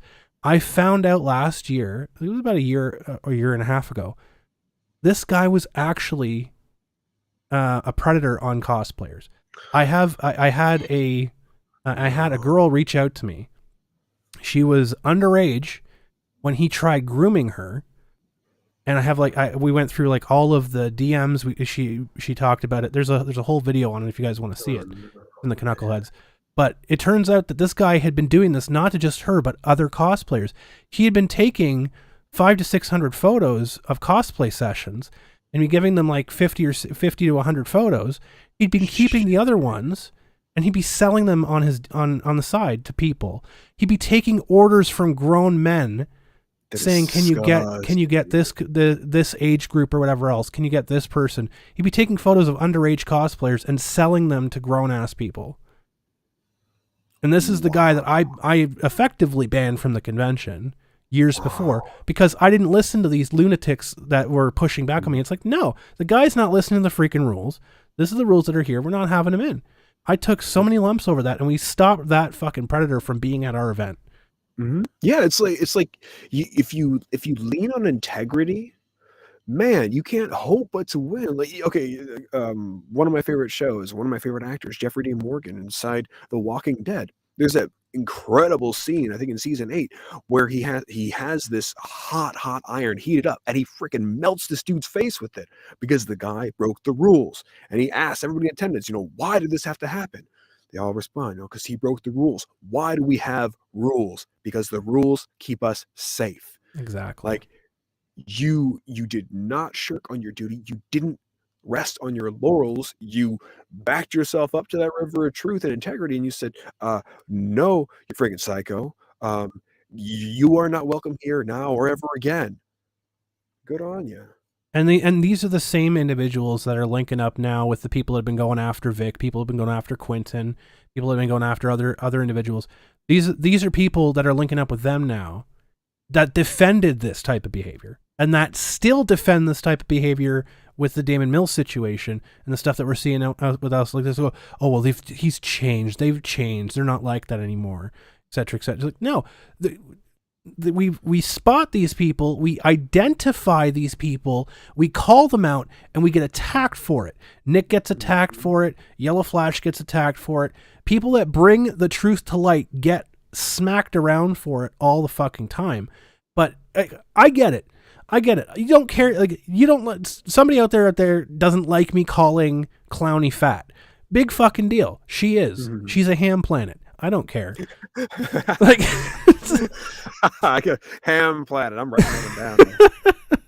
Ham planet. But just like it's so ridiculous because they think like these people think that they have this image of themselves because they've been told their entire lives that nothing is wrong with them, that everything is perfectly fine. And when they hit reality, it's like this freight train that hits them. It's like, no, you can't just be a flagrant lunatic to people and expect people to be fine with that. Yeah, because you either have to accept reality as is, or else you can act like the child that so many of them are and try and force reality to fit what you want it to be. And like to one of your comments there about how people say, oh, well, they've grown from then. They don't do that anymore. Okay, great. I'm glad that they have grown. I'm glad that they don't engage in whatever kind of lunacy that they were once given over to. Because people, they can definitely grow. They can definitely change from what they were. However, when we're young, when we were young, the apple of our parents' eye, We were disciplined for what reason? We were disciplined so that we would not end up doing an action that would incur a punishment, a more severe punishment later. It's Mhm. like I remember when I was growing up, my mom always said, "Hey, Eric," she says, "I don't ever want to see you hit a girl. You don't hit girls." And I was like, "Why?" And she's like, "Well, because you're bigger and stronger and faster, and you could really hurt them." And I was like, "Oh, okay, mommy, great, yeah, I won't hit girls." So I didn't. If I and that was partially where I got really angry. If I saw a dude put his hands on a girl, I'd step on in, and we'd have to go buckets and gloves. Um, but knowing or having that discipline, because there was one time when I was 5 where I did hit a girl who hit me, and then I had to explain to him like, "Hey, look, like you're a gentleman. We don't put our hands on girls." And I was mortified. I was like, "Oh my god," I wouldn't apologize to her. I felt terrible about it. But I was disciplined there to keep me from engaging in an act of the same kind that would incur a much more severe punishment later. Now, Absolutely. sure, somebody can grow. Oh, yeah. Oh, they don't touch 14-year-olds anymore. That's in their past. Okay, well, the fact that they went that far um, and got away with it, and somebody's trying to say, "Oh, well, they don't do that anymore." No, no, no, no, no. You have already skedaddled past mistake and run headlong into faux pas. Now you are in the territory where the rest of us dark ponies roam, and there are tithes now that have to be paid. There Mhm. are debts that now are going to be made good on. You do not then get to take somebody who has, because like even in the Bible, and I know I lean on the good book quite a bit, but it's where I Absolutely. have my frame for my life. We know that in the temporal, God disciplines sins very differently. Some sins inside the Old Testament, they were deserving of immediate death. Some were deserving of a reprimand. Some you had to go and make sure that you were purified and cleaned and washed and set apart for a time so you could then rejoin your friends. You weren't unclean anymore. Like they were disciplined differently. They were also punished differently in the temporal. Now in eternity, they're all punished the same. The prescription is death. Well, here inside our temporal world, certain things you do, oh, they're disciplined differently, and certain things you do are punished differently. Mhm. Now, putting your hands on a minor, engaging in sexual conduct with a minor, when you are an adult who should know better, who is supposed to know better, whom society dictates you must know better, does not matter to me if somebody says, "Oh, well, they don't do it anymore." No, no, no, no. The fact that they did it once, and we're now finding out, oh, sure, I can forgive the person, but even as God would forgive His own people, when they stepped out of bounds to that degree, he still rendered punishment. And he expects us to do the same thing, especially if we try and even cleave to the notion that we live in a nation that is beholden to a law. Um, for us to not render said punishment, it's like you mentioned before.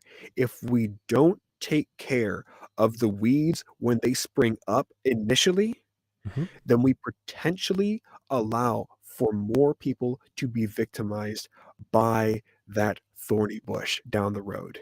Absolutely. It's the perpetuation of the trauma, right? Like we see it all the time. That's a Like good way of putting it. alcoholism is a big thing. Alcoholism is Yep. it's Oh, yeah. perpetual trauma. Like no one just gets born and then no one in your family drinks alcohol and all of a sudden you're an alcoholic. No, that's taught Yep. to you. That's handed down from parent to child, right? That's something that's handed down the line. That's something that's developed Yep. normally. It's the same thing with sexual abuse.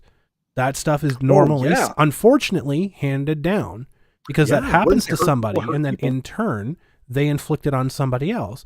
That's how that stuff spreads, right? If it's something that like you've recognized that you have done, Hmm. and it's like, okay, well, like I did this and I did this intentionally. So okay, then I need to look at this and say, well, how do I stop myself from doing that? Or I had no control over it. How I stopped myself from doing that? Like I've talked about this with Ken before. Ken Jennings, the Hmm. therapist, not the Jeopardy champion, but the Yeah, therapist. he's a fruit. But he's hilarious. But it's one of those things like you have to break a cycle of abuse. It's the same thing with Yes. physical abuse. It's the same Yep. thing with any sort of abuse. Like you look at Ron Toye, for example, right? He was abused as a child, And in turn, he was abusive to his wife. He was abusive towards his loved ones. Like that's a cycle of abuse. You can only assume his child's going to grow up to the same sort of thing because he was taught that this was an appropriate action for an injustice, like a perceived injustice. It's like you take matters into your own hands. That is a thing that is taught, and that's a chain that has to be broken. Oh, absolutely. It's like, it's a quote Corky Romano. He's like, "Look, bad dogs aren't born; they are made." Exactly, it's 100% true. And it's like I mentioned before. It's incumbent on us if we are, and indeed we are, a part of this society together. Like we live literally in a place that has so much abundance that we're having to contrive things to piss us off. We're having to make up problems that give us a reason to go and rage in the morning when there's actual problems around the world, like people waking up not knowing where their next meal is going to come from. And here we are. Oh no, I can't pick a filter because they deleted the one I liked off Snapchat. Now I've got to go and blow up Twitter about this because I've been slighted. I can't have my little twinkly fairies twirling around my head while I make a duck face in the mirror. Like that's the level that we've gone to. And if we're all inside this grand artifice of North America together, then we have got to be brave enough to step up and call out the insanity, call out the lies, and call out the illegalities when we see them.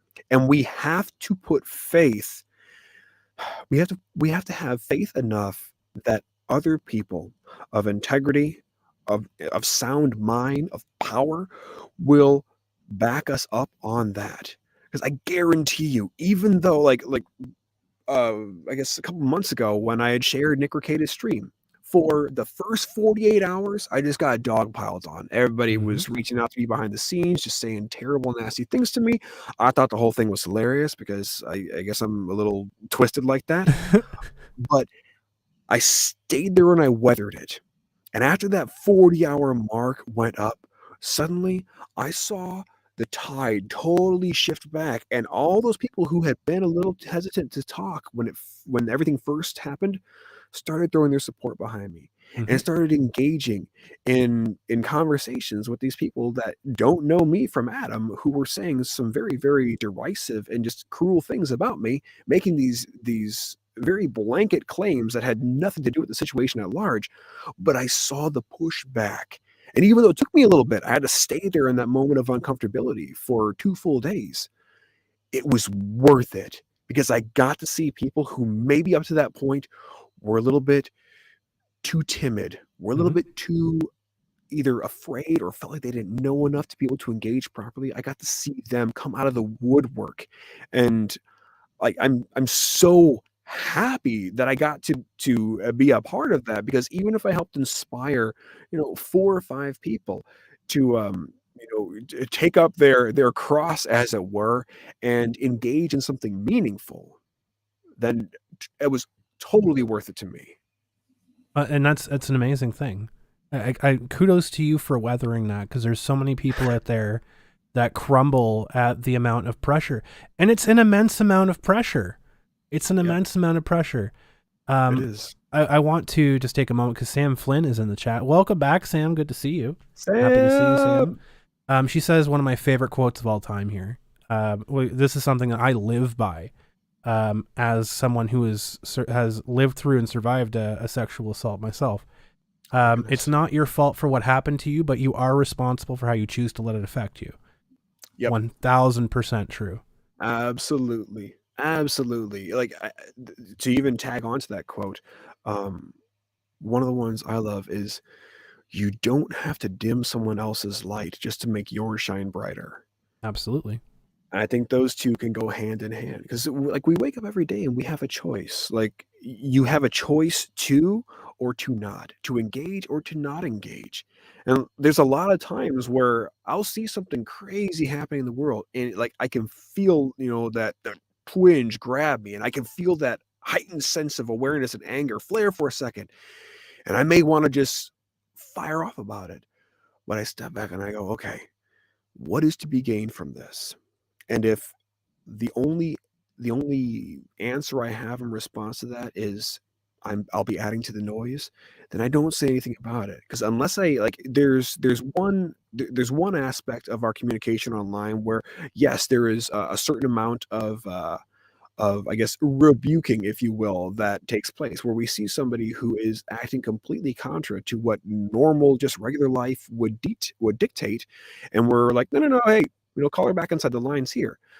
But it's so easy to let what would be a firm and well-timed rebuke then descend into simple complaining. So that's why I like to, if I do level a rebuke like I did at Jeremy, I typically like to offer a solution as Yes. well. And that solution came by me saying, like, look, if first off, this is disingenuous of you to say, and it's virtue signaling.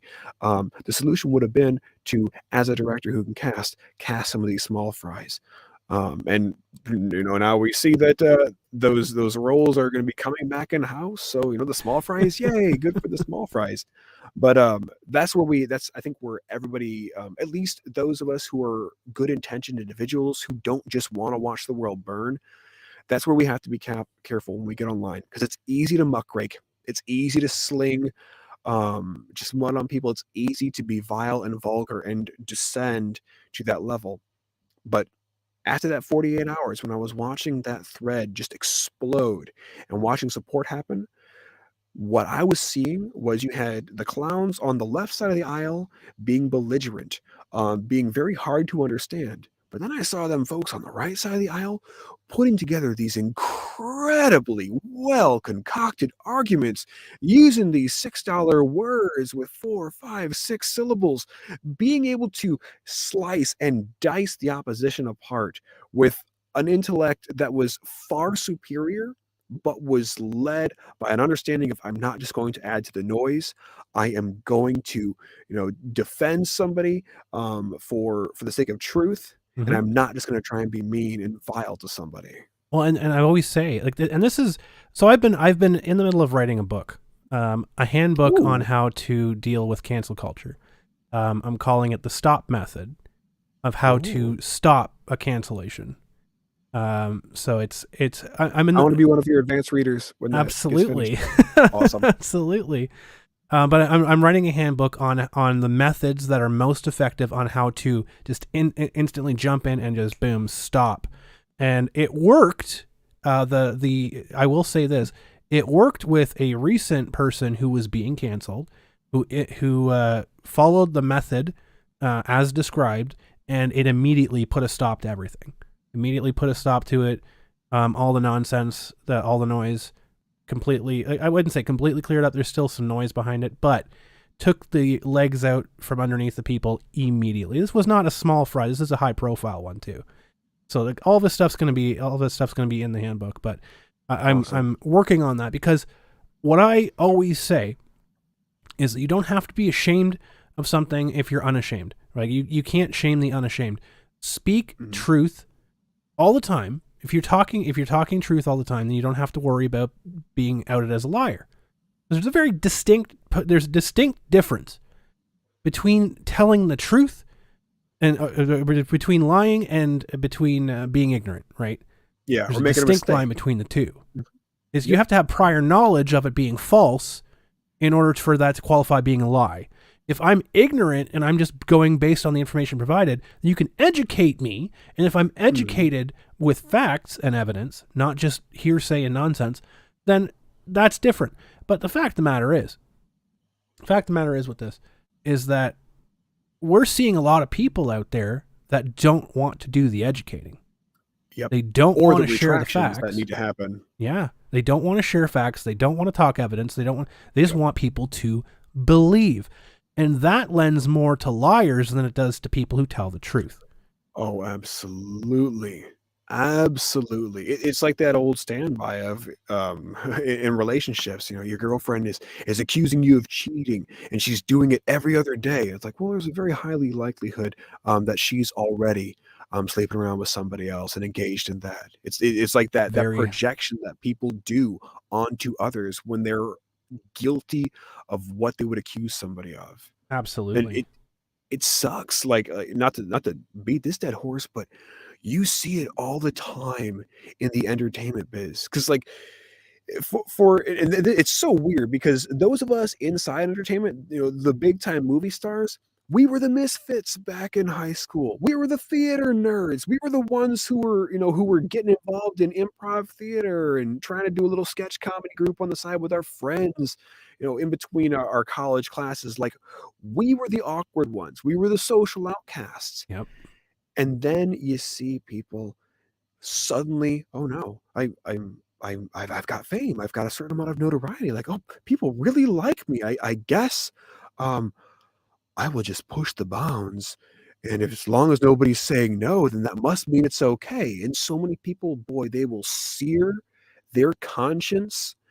Um, and in that moment, it's like my favorite show of all time is Mad Men. There's a moment inside the end of, I think it was season 1 or season 2. I think it's season 1, where John Hamm is talking Don is talking to Peggy, who's just given a baby or given birth to a child. And she didn't even know she was pregnant. And he's talking to her, and she's trying to make heads or tails of what's going on. He says, "Look, get it together. This never happened. It will shock you how much this never happened." And so many people, they lie to themselves in that moment. Like, that's in addition to speaking the truth, you have to have the fortitude to be truthful to yourself. Because if you can't be true to yourself, then because we with the multiple parts of us, we are both the first person shooter, as it were, and the third person shooter, as it were. We're able to watch ourselves and listen to ourselves engage in conversation or in action, and we know immediately when what we are doing is based in falsity. We know it Absolutely. immediately. And you have literally a physiological response. And if you do that long enough, you carve a whole new neural pathway and you build this little machine that automates that. And you can't get rid of that machine. At that point, you have to, through proper habitual action, create a new neural pathway, a new machine to counteract that one. And then you can get on with carrying on a truthful life. Hmm. But why would you want to dance in that arena, that unsound way of living, to the degree that you sear your conscience to the point that it becomes automated? Because once you do that, you start to lose grip on what's real and what isn't real, and then you're able to convince yourself of anything. Like, oh yeah, me roofing that girl and me sleeping with those 3 women who were way too hammered to give me consent. Yeah, that was totally fine. In fact, it never even happened. Yeah, no, none of that happened. I went bowling with friends last night. Like, people, they will literally go to that extreme. And Absolutely. with inside the entertainment world, man, I hate how commonplace that has become. And it's a dangerous thing, because this is one thing I've wanted to have Ken on the show to talk about for a very, very long time. But it's this dangerous psychosis that people build up for themselves, because anything that is real or reality that challenges their perception of their own reality, they attack full out as a defense mechanism. Because if that's true, then all these other bad things must be true too, which would destroy their worldview. Yup, it's like with some of the really staunch atheists, like, one of them was actually quoted as saying, "It's not so much that I don't believe in God, it's that I don't want God to exist, because then it forces that person to look at life through a code of morality that they otherwise wouldn't have to adopt." And like you were just saying, Exactly. it forces them to take all of the painful reality that comes along with it. So, like, it sucks when your worldview is suddenly proven to be wrong. That's a painful thing. Like that, like, the pain that you go through mentally for that is it's akin to like a physical stabbing kind of pain. It Hmm. literally is. They've scientifically found this, and it's unsettling. And because your worldview gets shattered, you end up living in this sea of uncertainty Hmm. for as long as it takes for you to accept what is, shun what isn't, and then get on with your life. But because so many people are afraid They're afraid to make the 1 or 2 or 3 decisions that they know will better themselves, Mhm. but are going to be painful to make, and they will willfully live in that ignorant state just so long as they feel they're being heard by somebody who maybe cares about them only in an online square, and only cares about them if they're being vile, vulgar, and insidious to somebody they've never met and don't care about. Isn't that the funniest part? Isn't that the It's strangest thing? maddening. It blows my mind. Like, I would say that so many people out there, they say things online that would make their mother ashamed, but, like, let's Yep. face this, so many of my generation currently were products of people that got disciplined too hard by their folks and went, "Oh, I'm never gonna hit my kid. I'm never gonna punish my kid." And then their kids grow up to be these self-absorbed little bastards.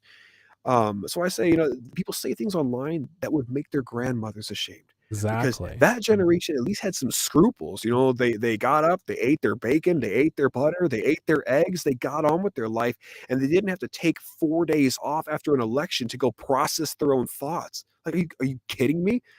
Oh my gosh. Oh, you need to take a mental wellness break for 3 days because you can't handle who's now gonna be running the Oval Office? Well, your replacement starts tomorrow. Pack your stuff. I Exactly. don't need you here anymore. Exactly.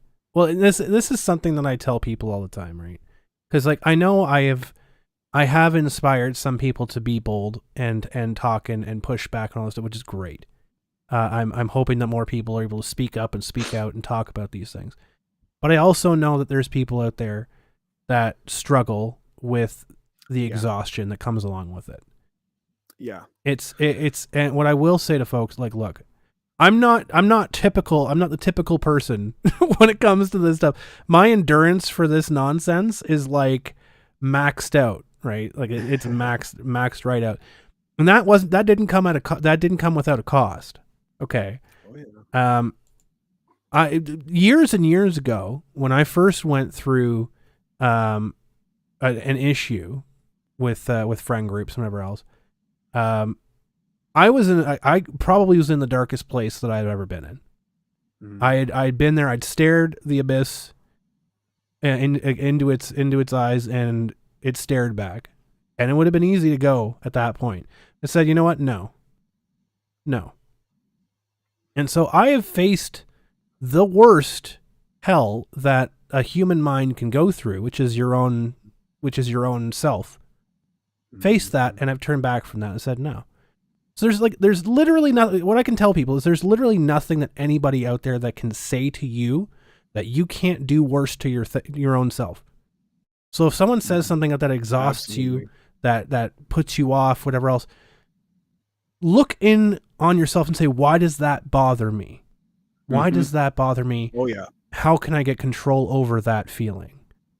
Yeah. Like, Because it's really important. Go ahead. oh, yeah. Well, you have to recognize within all of us, there is potential. Yes.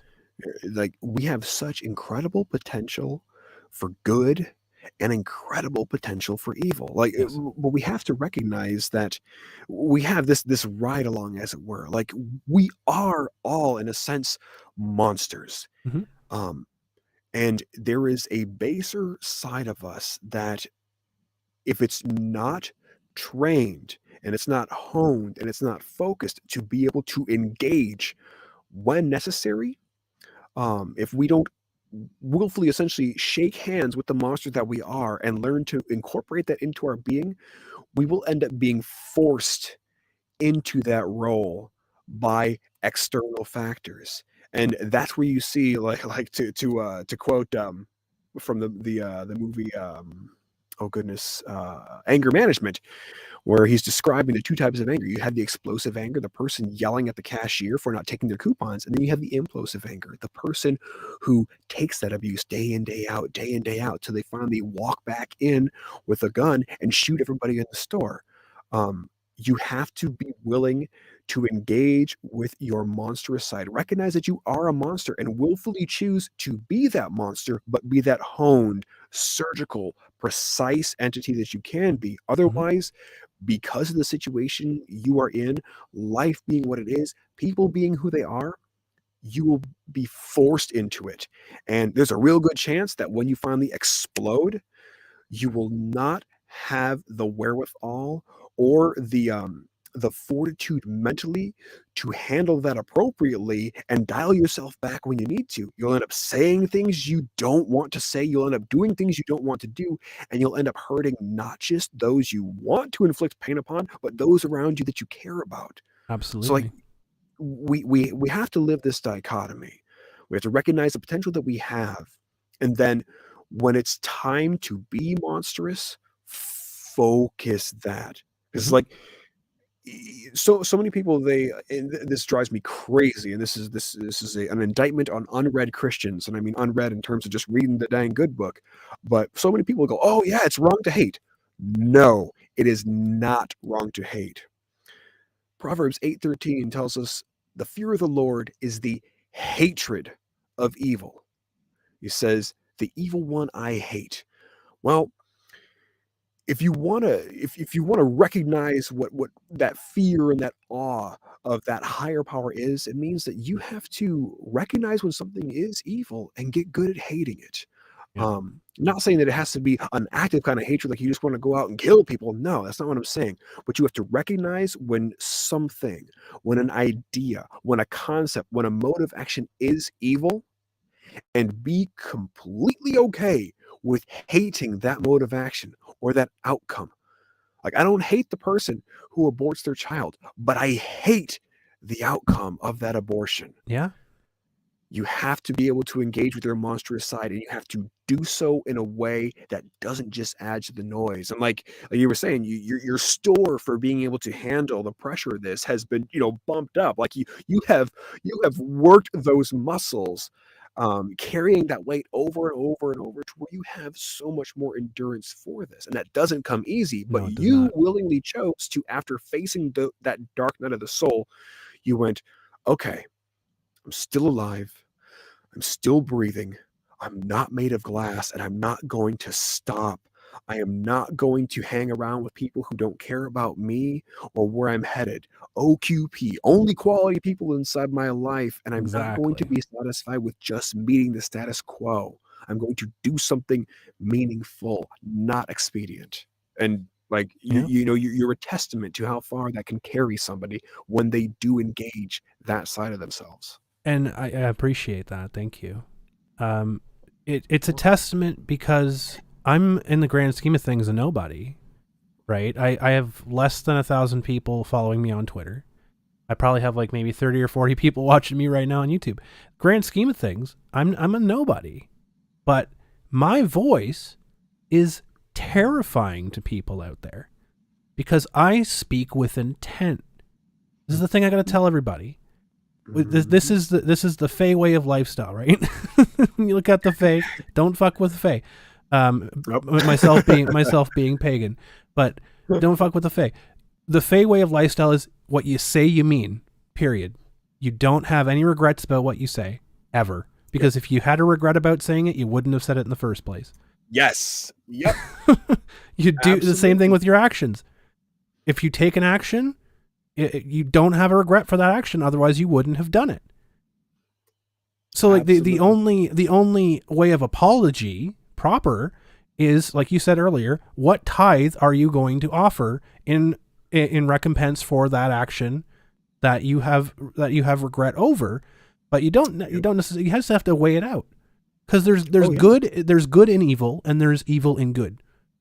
Both sides of the coin, right? The yin and the yang.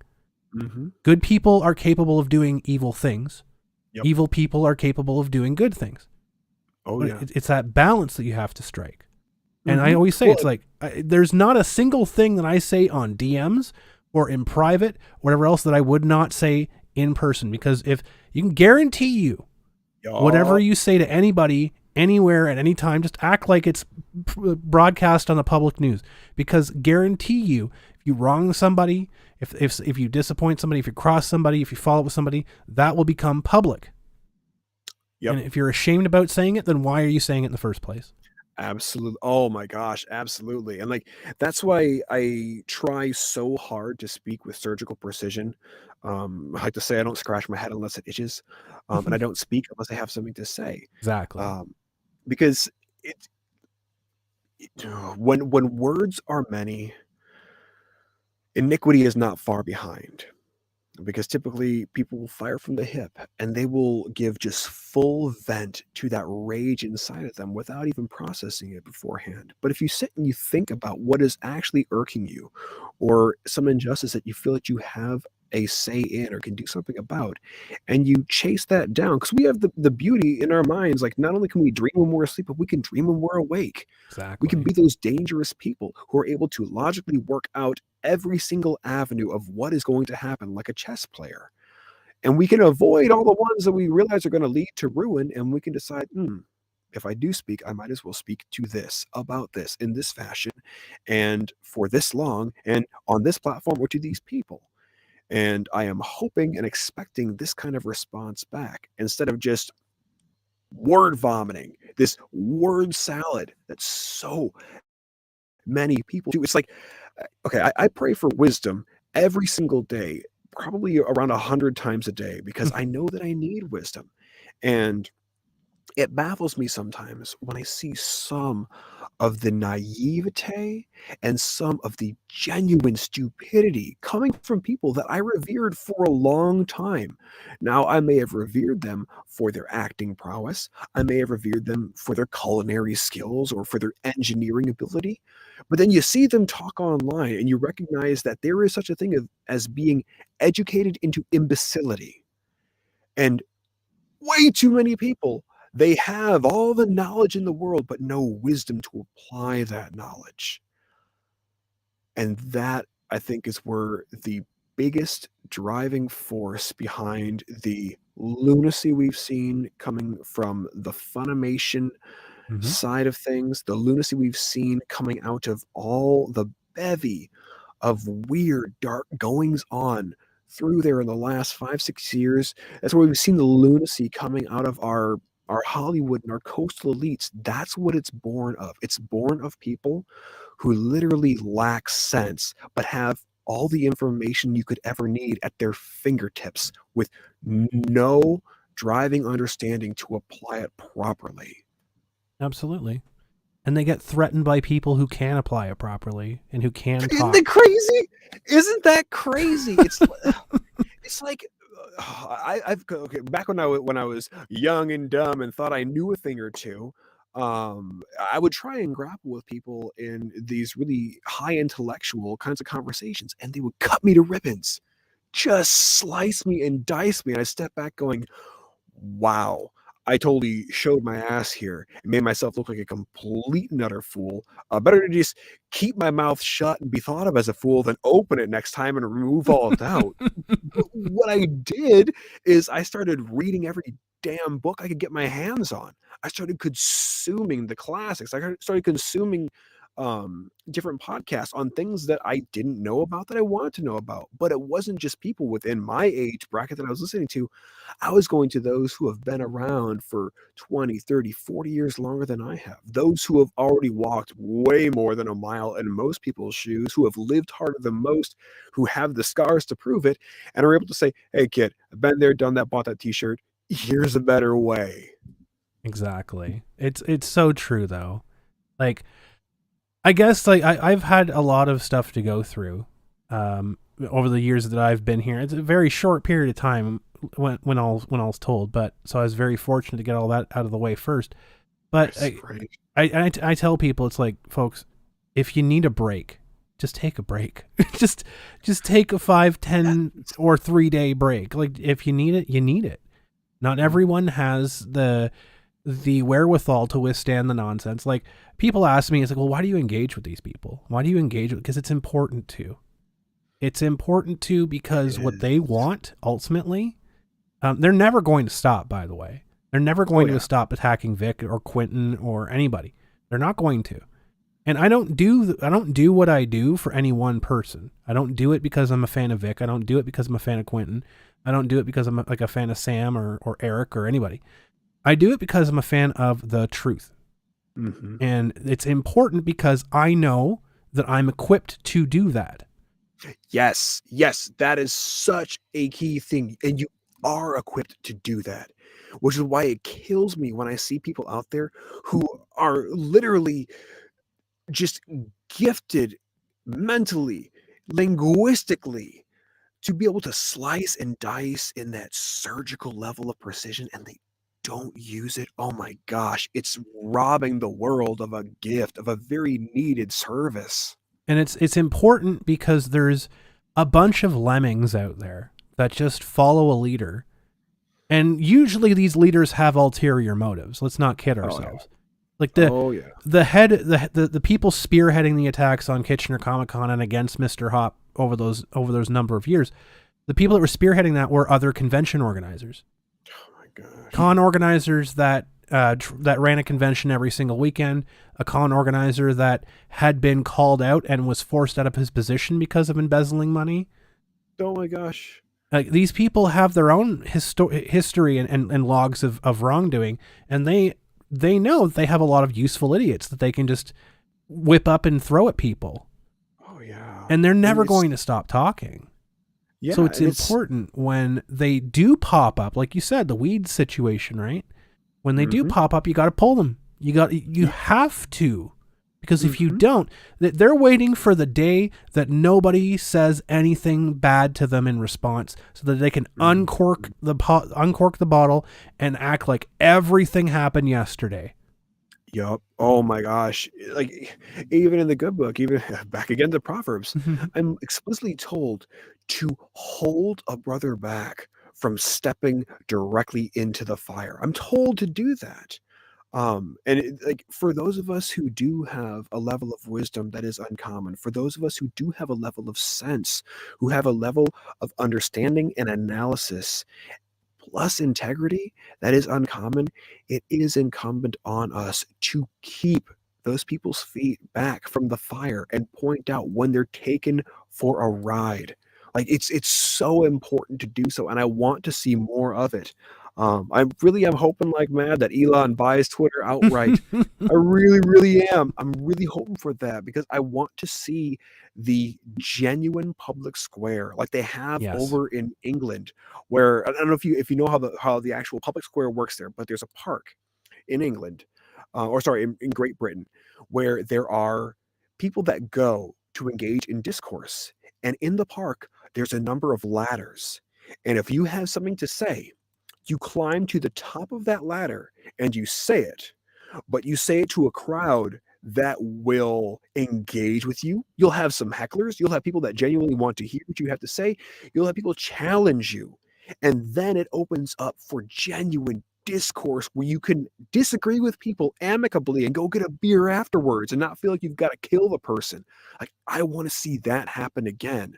And I want to see it happen in a place where people don't just get to throw up the cross in front of you because what you're saying is hard to handle or is unsettling. It's like, no. The truth that hurts, the truth that slices, that's the truth that you have to open up this fleshy little muscle and let it just have its way with.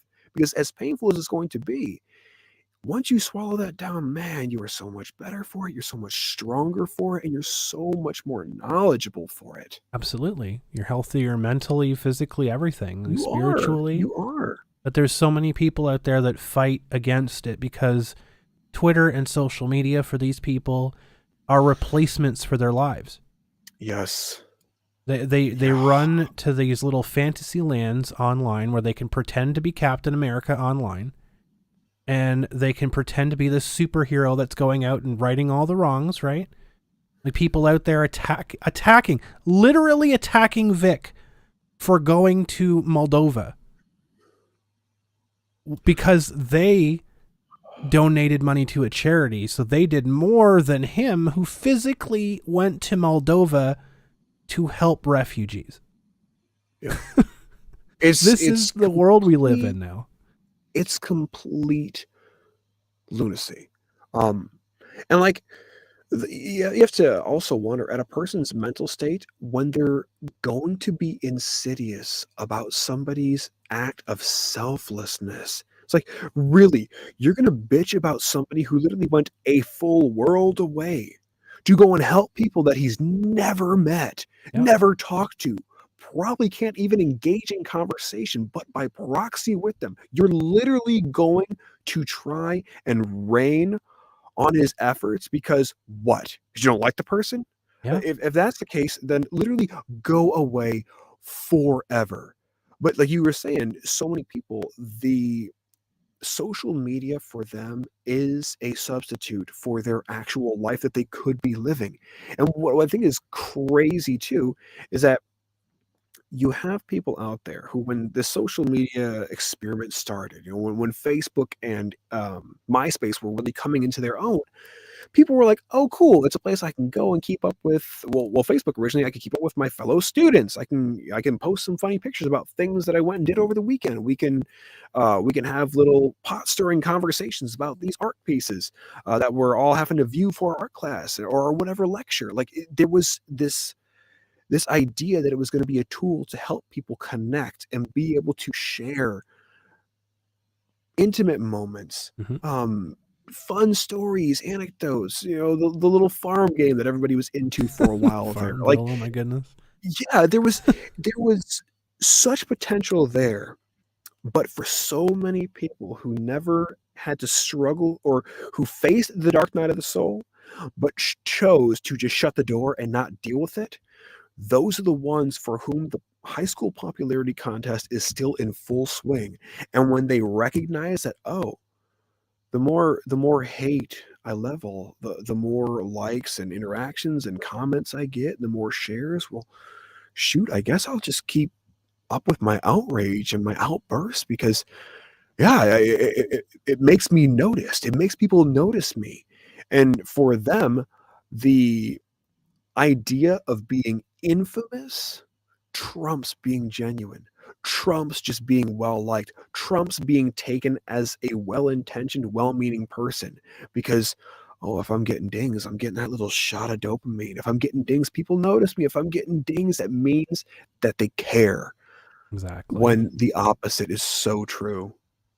And they don't. And there's a lot of people. I say this all the time because there's individuals on certain websites that like to lump everybody into the same things, right? Oh, I stand with Yep, Vic or versus Kick Vic, right?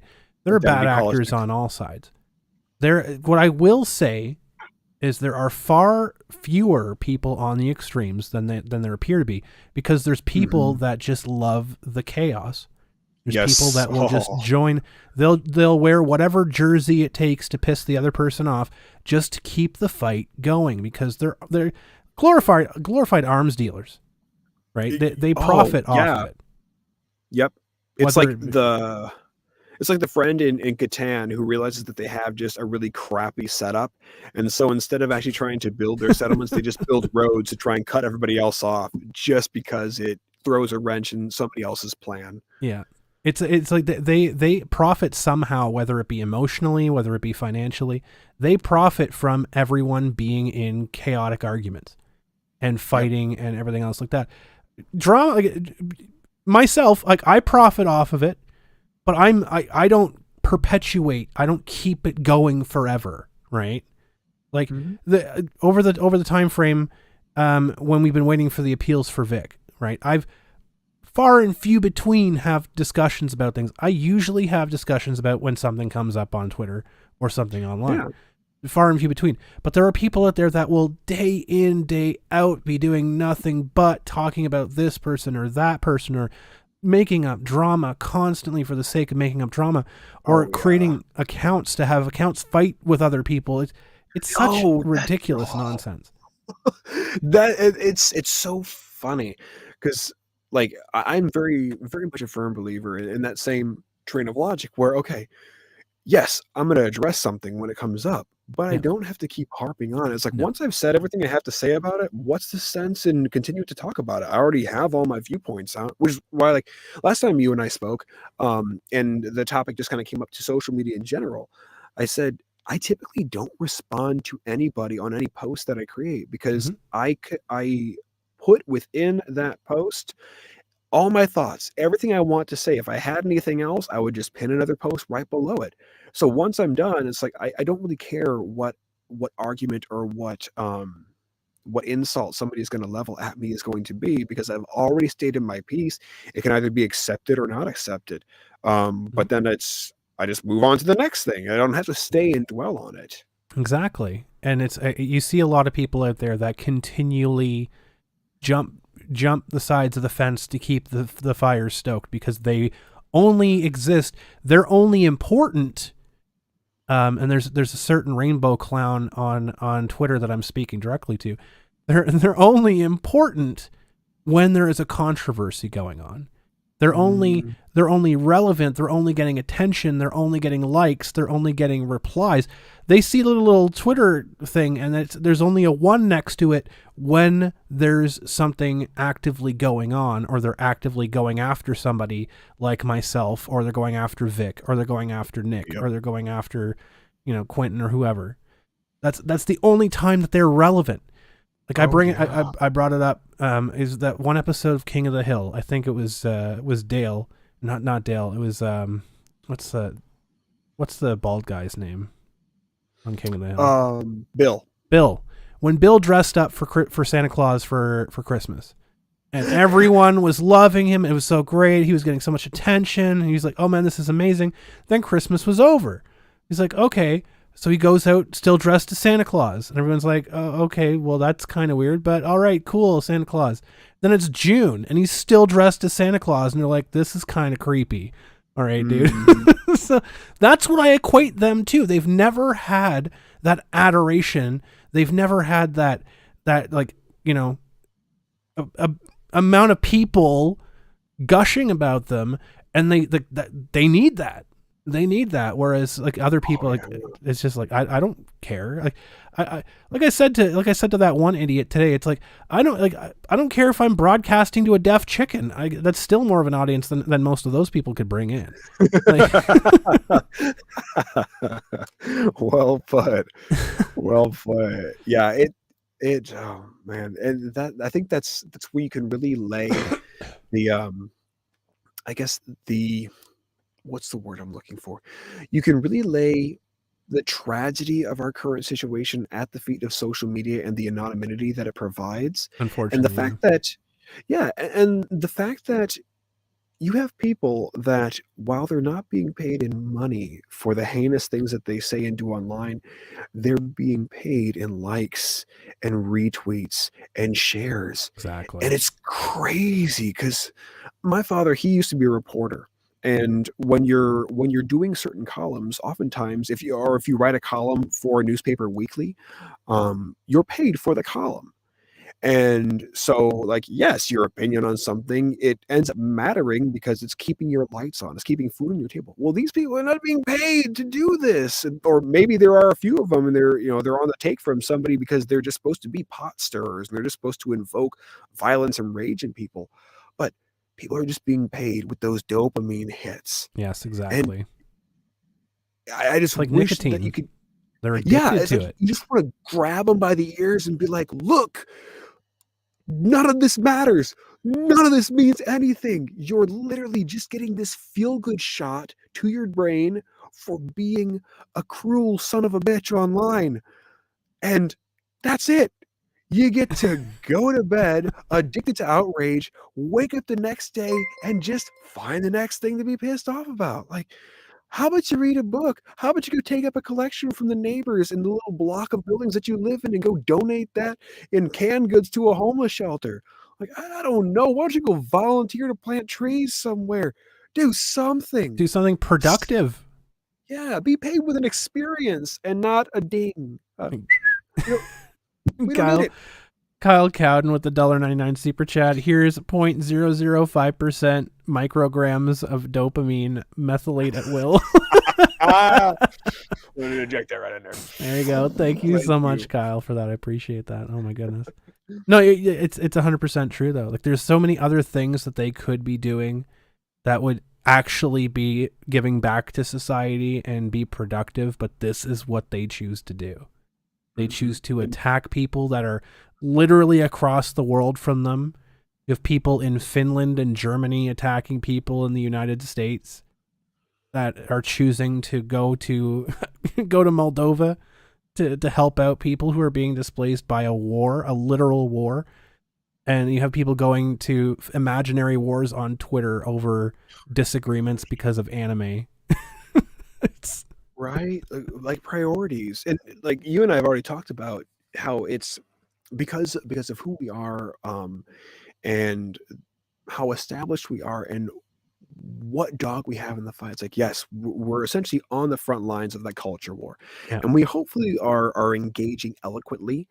We hopefully are using up as many all the full characters inside of our posts to make sure that we really drive the point home. We hopefully are doing so from a desire to bring correction and those firm rebukes and indeed sometimes punishment when it's desired, but not for the sake of being malicious. We're hopefully doing all those things um, for the rest out there who don't quite have the gumption to engage in the same fashion and do so with that measure of aplomb that may not be reserved for cherub angels, but might be reserved for, oh, I don't know, a lunch lady who serves that mystery meat with a sense of humor. You know, that level of grace and manner to them.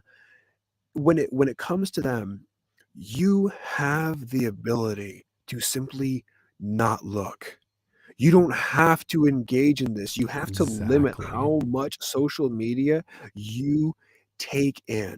Now, to some degree, you can't be ignorant of what's going on in the world. Like Exactly. You it, have to it be does aware. not yeah, it does not do to just shut your eyes and plug your ears. Like you have to face what is happening and you have to recognize, okay, that's happening and maybe this is great and maybe that thing is shitty, but I can accept that this is all happening. You don't get to look away. You can't look away. But at the same time, once you've got a sense of what's going on, you can then stop looking for a Exactly. time. Arm yourself with the knowledge you need to know. Don't look away from what you need to know. But when it becomes this degree that what you're now taking in is hurting you or is putting you in a mental state that is not conducive to good health for you, then that's when you can finally turn away from it, look away from it. And you don't have to engage, but it helps if you throw some support behind those who are on those front lines grappling. It could be by way of, just reaching out to them behind the scenes. Like what I value the most is when people send me a private message and say, hey, I'm really glad that you stood up for so and so, or that you said that thing. It means a lot to me that somebody is willing to stick up for this issue or bring light to this. Like that means so much to me when people reach out, and even though they may not say it out there in the public, um, it still goes a long way. But it's born of facing what you must face. And then once you understand what's going on out there, then pull back and try not to take too much more in because it will just make you an addict to the rage and make you an addict to the outrage. And you don't need that. Exactly. And that's something it's a struggle, honestly. It It's is. It you really have is. to like, I mean, I'm thankful I have a full-time job, like a well-paying full-time job, because I don't have to rely on Twitch money or YouTube money, or I don't have to pump out 5 or 6 videos a day to make sure that I hit like 1,000 views or this or that or whatever else Mhm. to get my money paid from that, because like that's being a slave to that would be too much.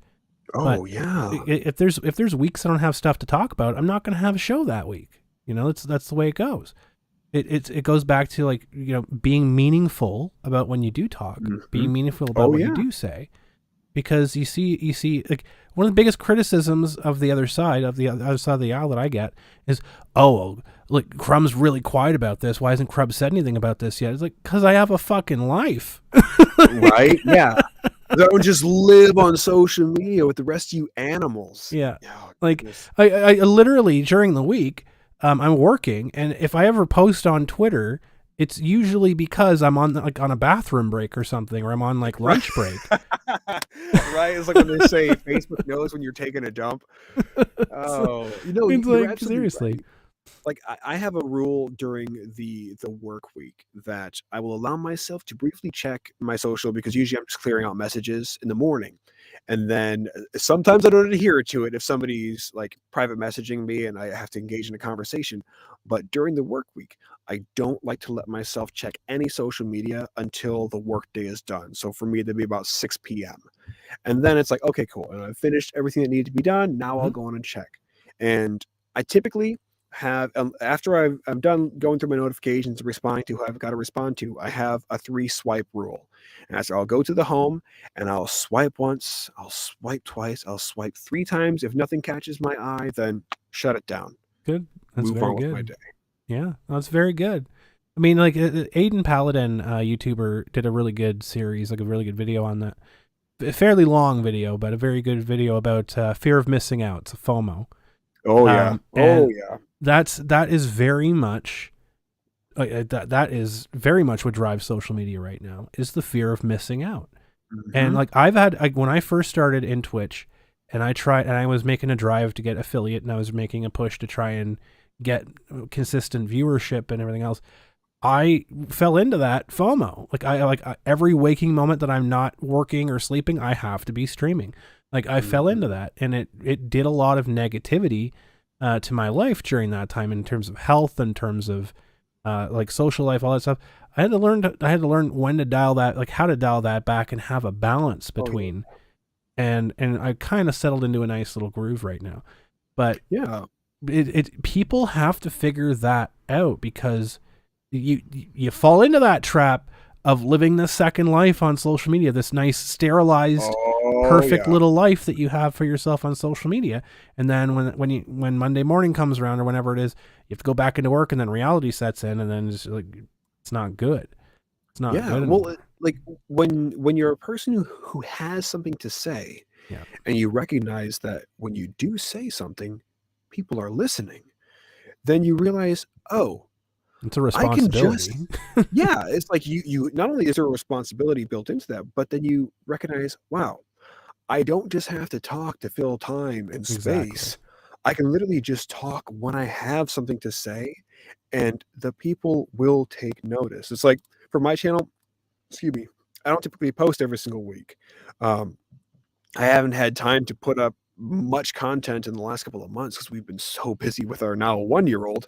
And so the research that I do into social issues, and then how that's juxtaposed against the Bible and whatnot, sometimes it takes me a month or 2 months, but I'll end up coming away with like a 28-page research paper, and I'll present that, and then I just don't have anything else to say for the next month or so. So I'll go and I'll find the next thing that people seem to really want to know about, and then I'll have something else to say. But to get into that routine of having to stream every single day, like, you find yourself placating to people that don't have your best interests at heart before long, and just burning yourself out. Yeah. And it's one thing I've said to conventions about people that are online all the time and just nothing but. Sam brings up a really good point here. Says, since she's been on break from Twitter, it's amazing to realize how little people in real life actually give a fuck about anything that these chronically online people say.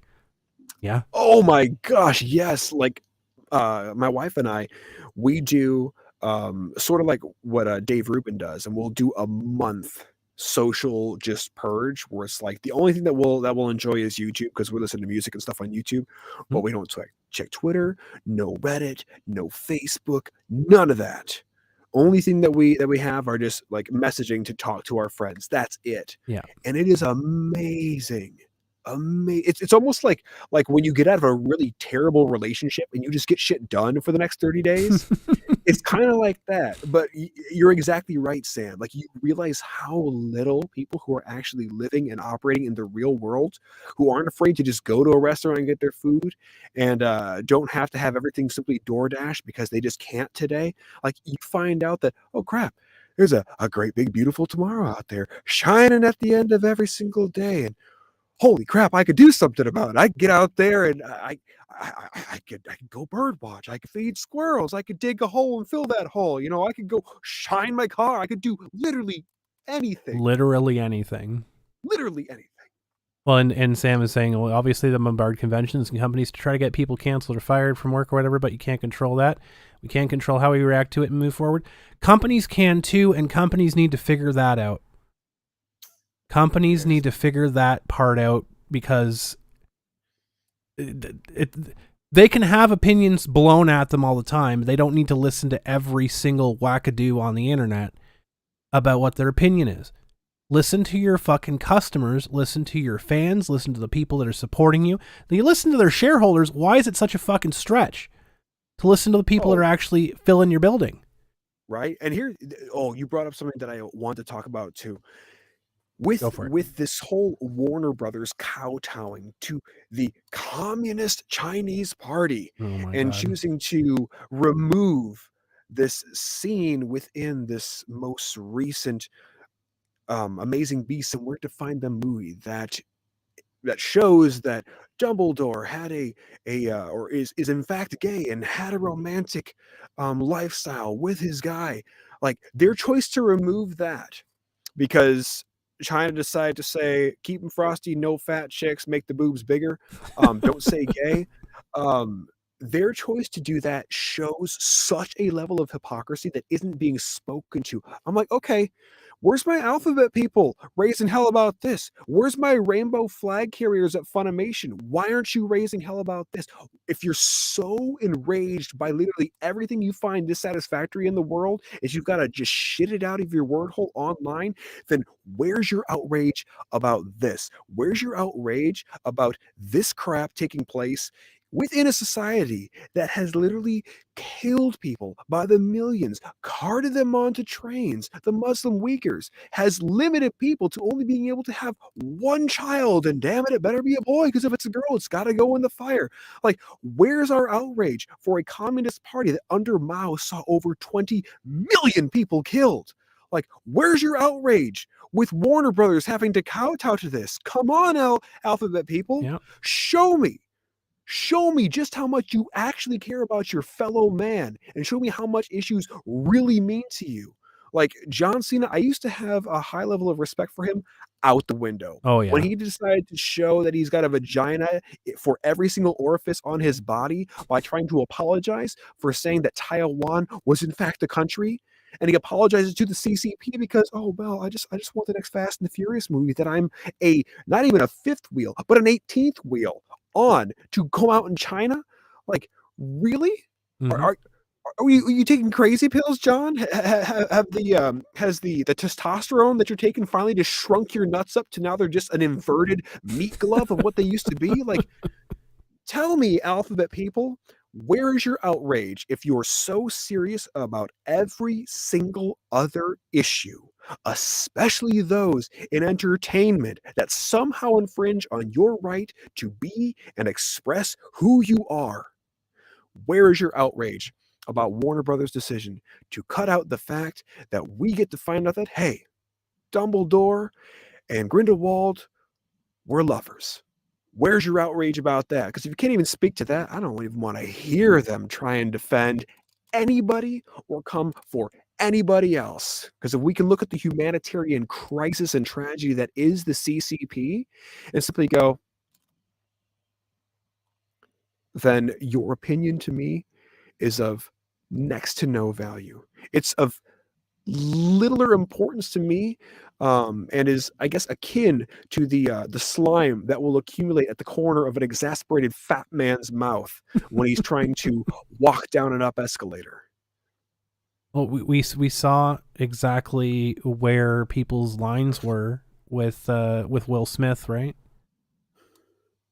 Like physically assaulting Chris Rock on national television. Yep. We saw where people's lines were for that. Everyone had to wait to see which side was okay to cheer for, right? These are the people we idolize, by the way. And you brought up the idea of there are so many lemmings out there. And what I think is just criminally insane is that the lemmings out there, you see it every single time there's an election cycle. And people want to throw their weight behind somebody because, oh, he or she is going to do X, Y, and Z. Mm-hmm. And, oh, well, I'll let them go ahead and make my decisions. Yes, government, you can take more of my freedoms as long as it means that you're going to give me a $600 check every week or so, or take care of this, that, and the other, because it removes the burden of having to make their own decisions. Absolutely. Because if someone else makes it for them, they have an excuse they do whatever is recommended to them by that person. The onus is off them, because if it all explodes and goes totally awry, they can go, "Oh well, I was just following orders. I was just doing what they told me to do. This isn't my fault. It's not my fault that I decided to burn down my own house. I was just doing what they told me to do." Well, if you haven't already, Eric, check out the movie They Live, I will. because I think it will blow your mind. And let me know when you watch it. Let me know. Has Roddy Yeah. Piper in it as the main person. Oh, God rest his soul. He's fantastic in it, by the way. Didn't he end up he went roid rage, and didn't he end up like doing his whole family in? No, that was Eric. That was Chris Benoit. Oh, sorry, I mix up. Yeah. Yep. Roddy Piper. I think he just died. Well, he had health issues, but Yeah, it was like his heart gave out. They said Yeah. from like steroid use or something like that. it was probably something, because he did die pretty young. Yeah, that sucks. Yeah, I'm gonna have to no, watch this now. They Live was meant to be a sci-fi fiction, but it's turning out to be a documentary. Let me just say that. Oh, oh man. I'm in. Yeah, let me know when you've watched it, and yeah, we'll I talk will. about it. I will. Oh my goodness. Well, we have successfully chatted for almost over 3 hours here. Oh my goodness, we have, haven't we? Which is great. I love these types of shows when we can just Same. when we go for so long and we could still keep going, but we got to cut it off. So because I Yeah. know that you probably have a big day planned ahead for tomorrow, so I don't want to take That we do. too Oh yeah, much. we spent last week helping our friends build this awesome little playground in their backyard for their daughter. Awesome. So yeah, we get to go over there and see her and see this whole thing put together. It was so hard telling her to stay inside, sweetie. I'm sorry you can't come on out here. But it's gonna be awesome to watch her just there's Easter eggs everywhere. Oh my goodness, I can't wait. I can't wait for you. That's gonna be amazing. Well, thank you so much. Was there anything that we didn't touch on that you wanted to touch on today? No, we covered it all. I did have one little note that I wanted to speak just directly to the fans of anime and then gaming at large, and that's, don't let a few bad actors or people with am I still here? Yeah. Oh, sorry. there we go. Hey, I was there, trying to that make you runs. solo, and I made myself solo. You're addressing Well- the fans, so everyone's got to look at you now. So All right. Well, don't let a few bad actors or a few bad people corrupt something that you enjoy. You know, if you still really enjoy watching anime, like I enjoy still watching anime. I still enjoy playing so many of these video games. And yes, it bites when I see people being so callous about the things that they stand for, believe in, things that they do. There is a part of me that wants to just pull the plug on myself from being able to enjoy something that I once found so much enjoyment in. Don't let a few bad people within the domains of entertainment that you really have come to love destroy it and ruin it for you. Doesn't mean you have to like what they do. Doesn't mean you have to like how they carry themselves. Like there's plenty of actors out there that I if I was in the room with them, we'd probably have to have a duel. But they're still fantastic actors or actresses, and the stuff that they create is compelling. And as long as I got a supporting cast that has at least a few people that I'm going to enjoy, then I won't let it ruin movies for me. I won't let it ruin anime for me or ruin video games for me. But I say all that to then say this. With the same approach that I mentioned about being witness to what's going on in the world, you do get to decide what you consume and how much of it you do consume. So don't go for low-hanging fruit. Don't go for that fluffy little quick burning carb, as it were. Go for something of real substance. Go for the meat. Give your time where you're going to spend enjoying a show or a game or a movie. Give it to the best of either of those three realms. That way you can at least enjoy it in, I think, the capacity that's meant to be enjoyed, simply for the purpose of entertainment. So to quote Maximus to all those out there who want to try and make everything a politically derisive issue, and those who want to play identity politics with people's lives, even to the detriment of their own, are you not entertained? Amen to that. I think it's a great spot to leave it. Perfect. Well, Eric, thank you again so much for joining. It has been an absolute pleasure as always.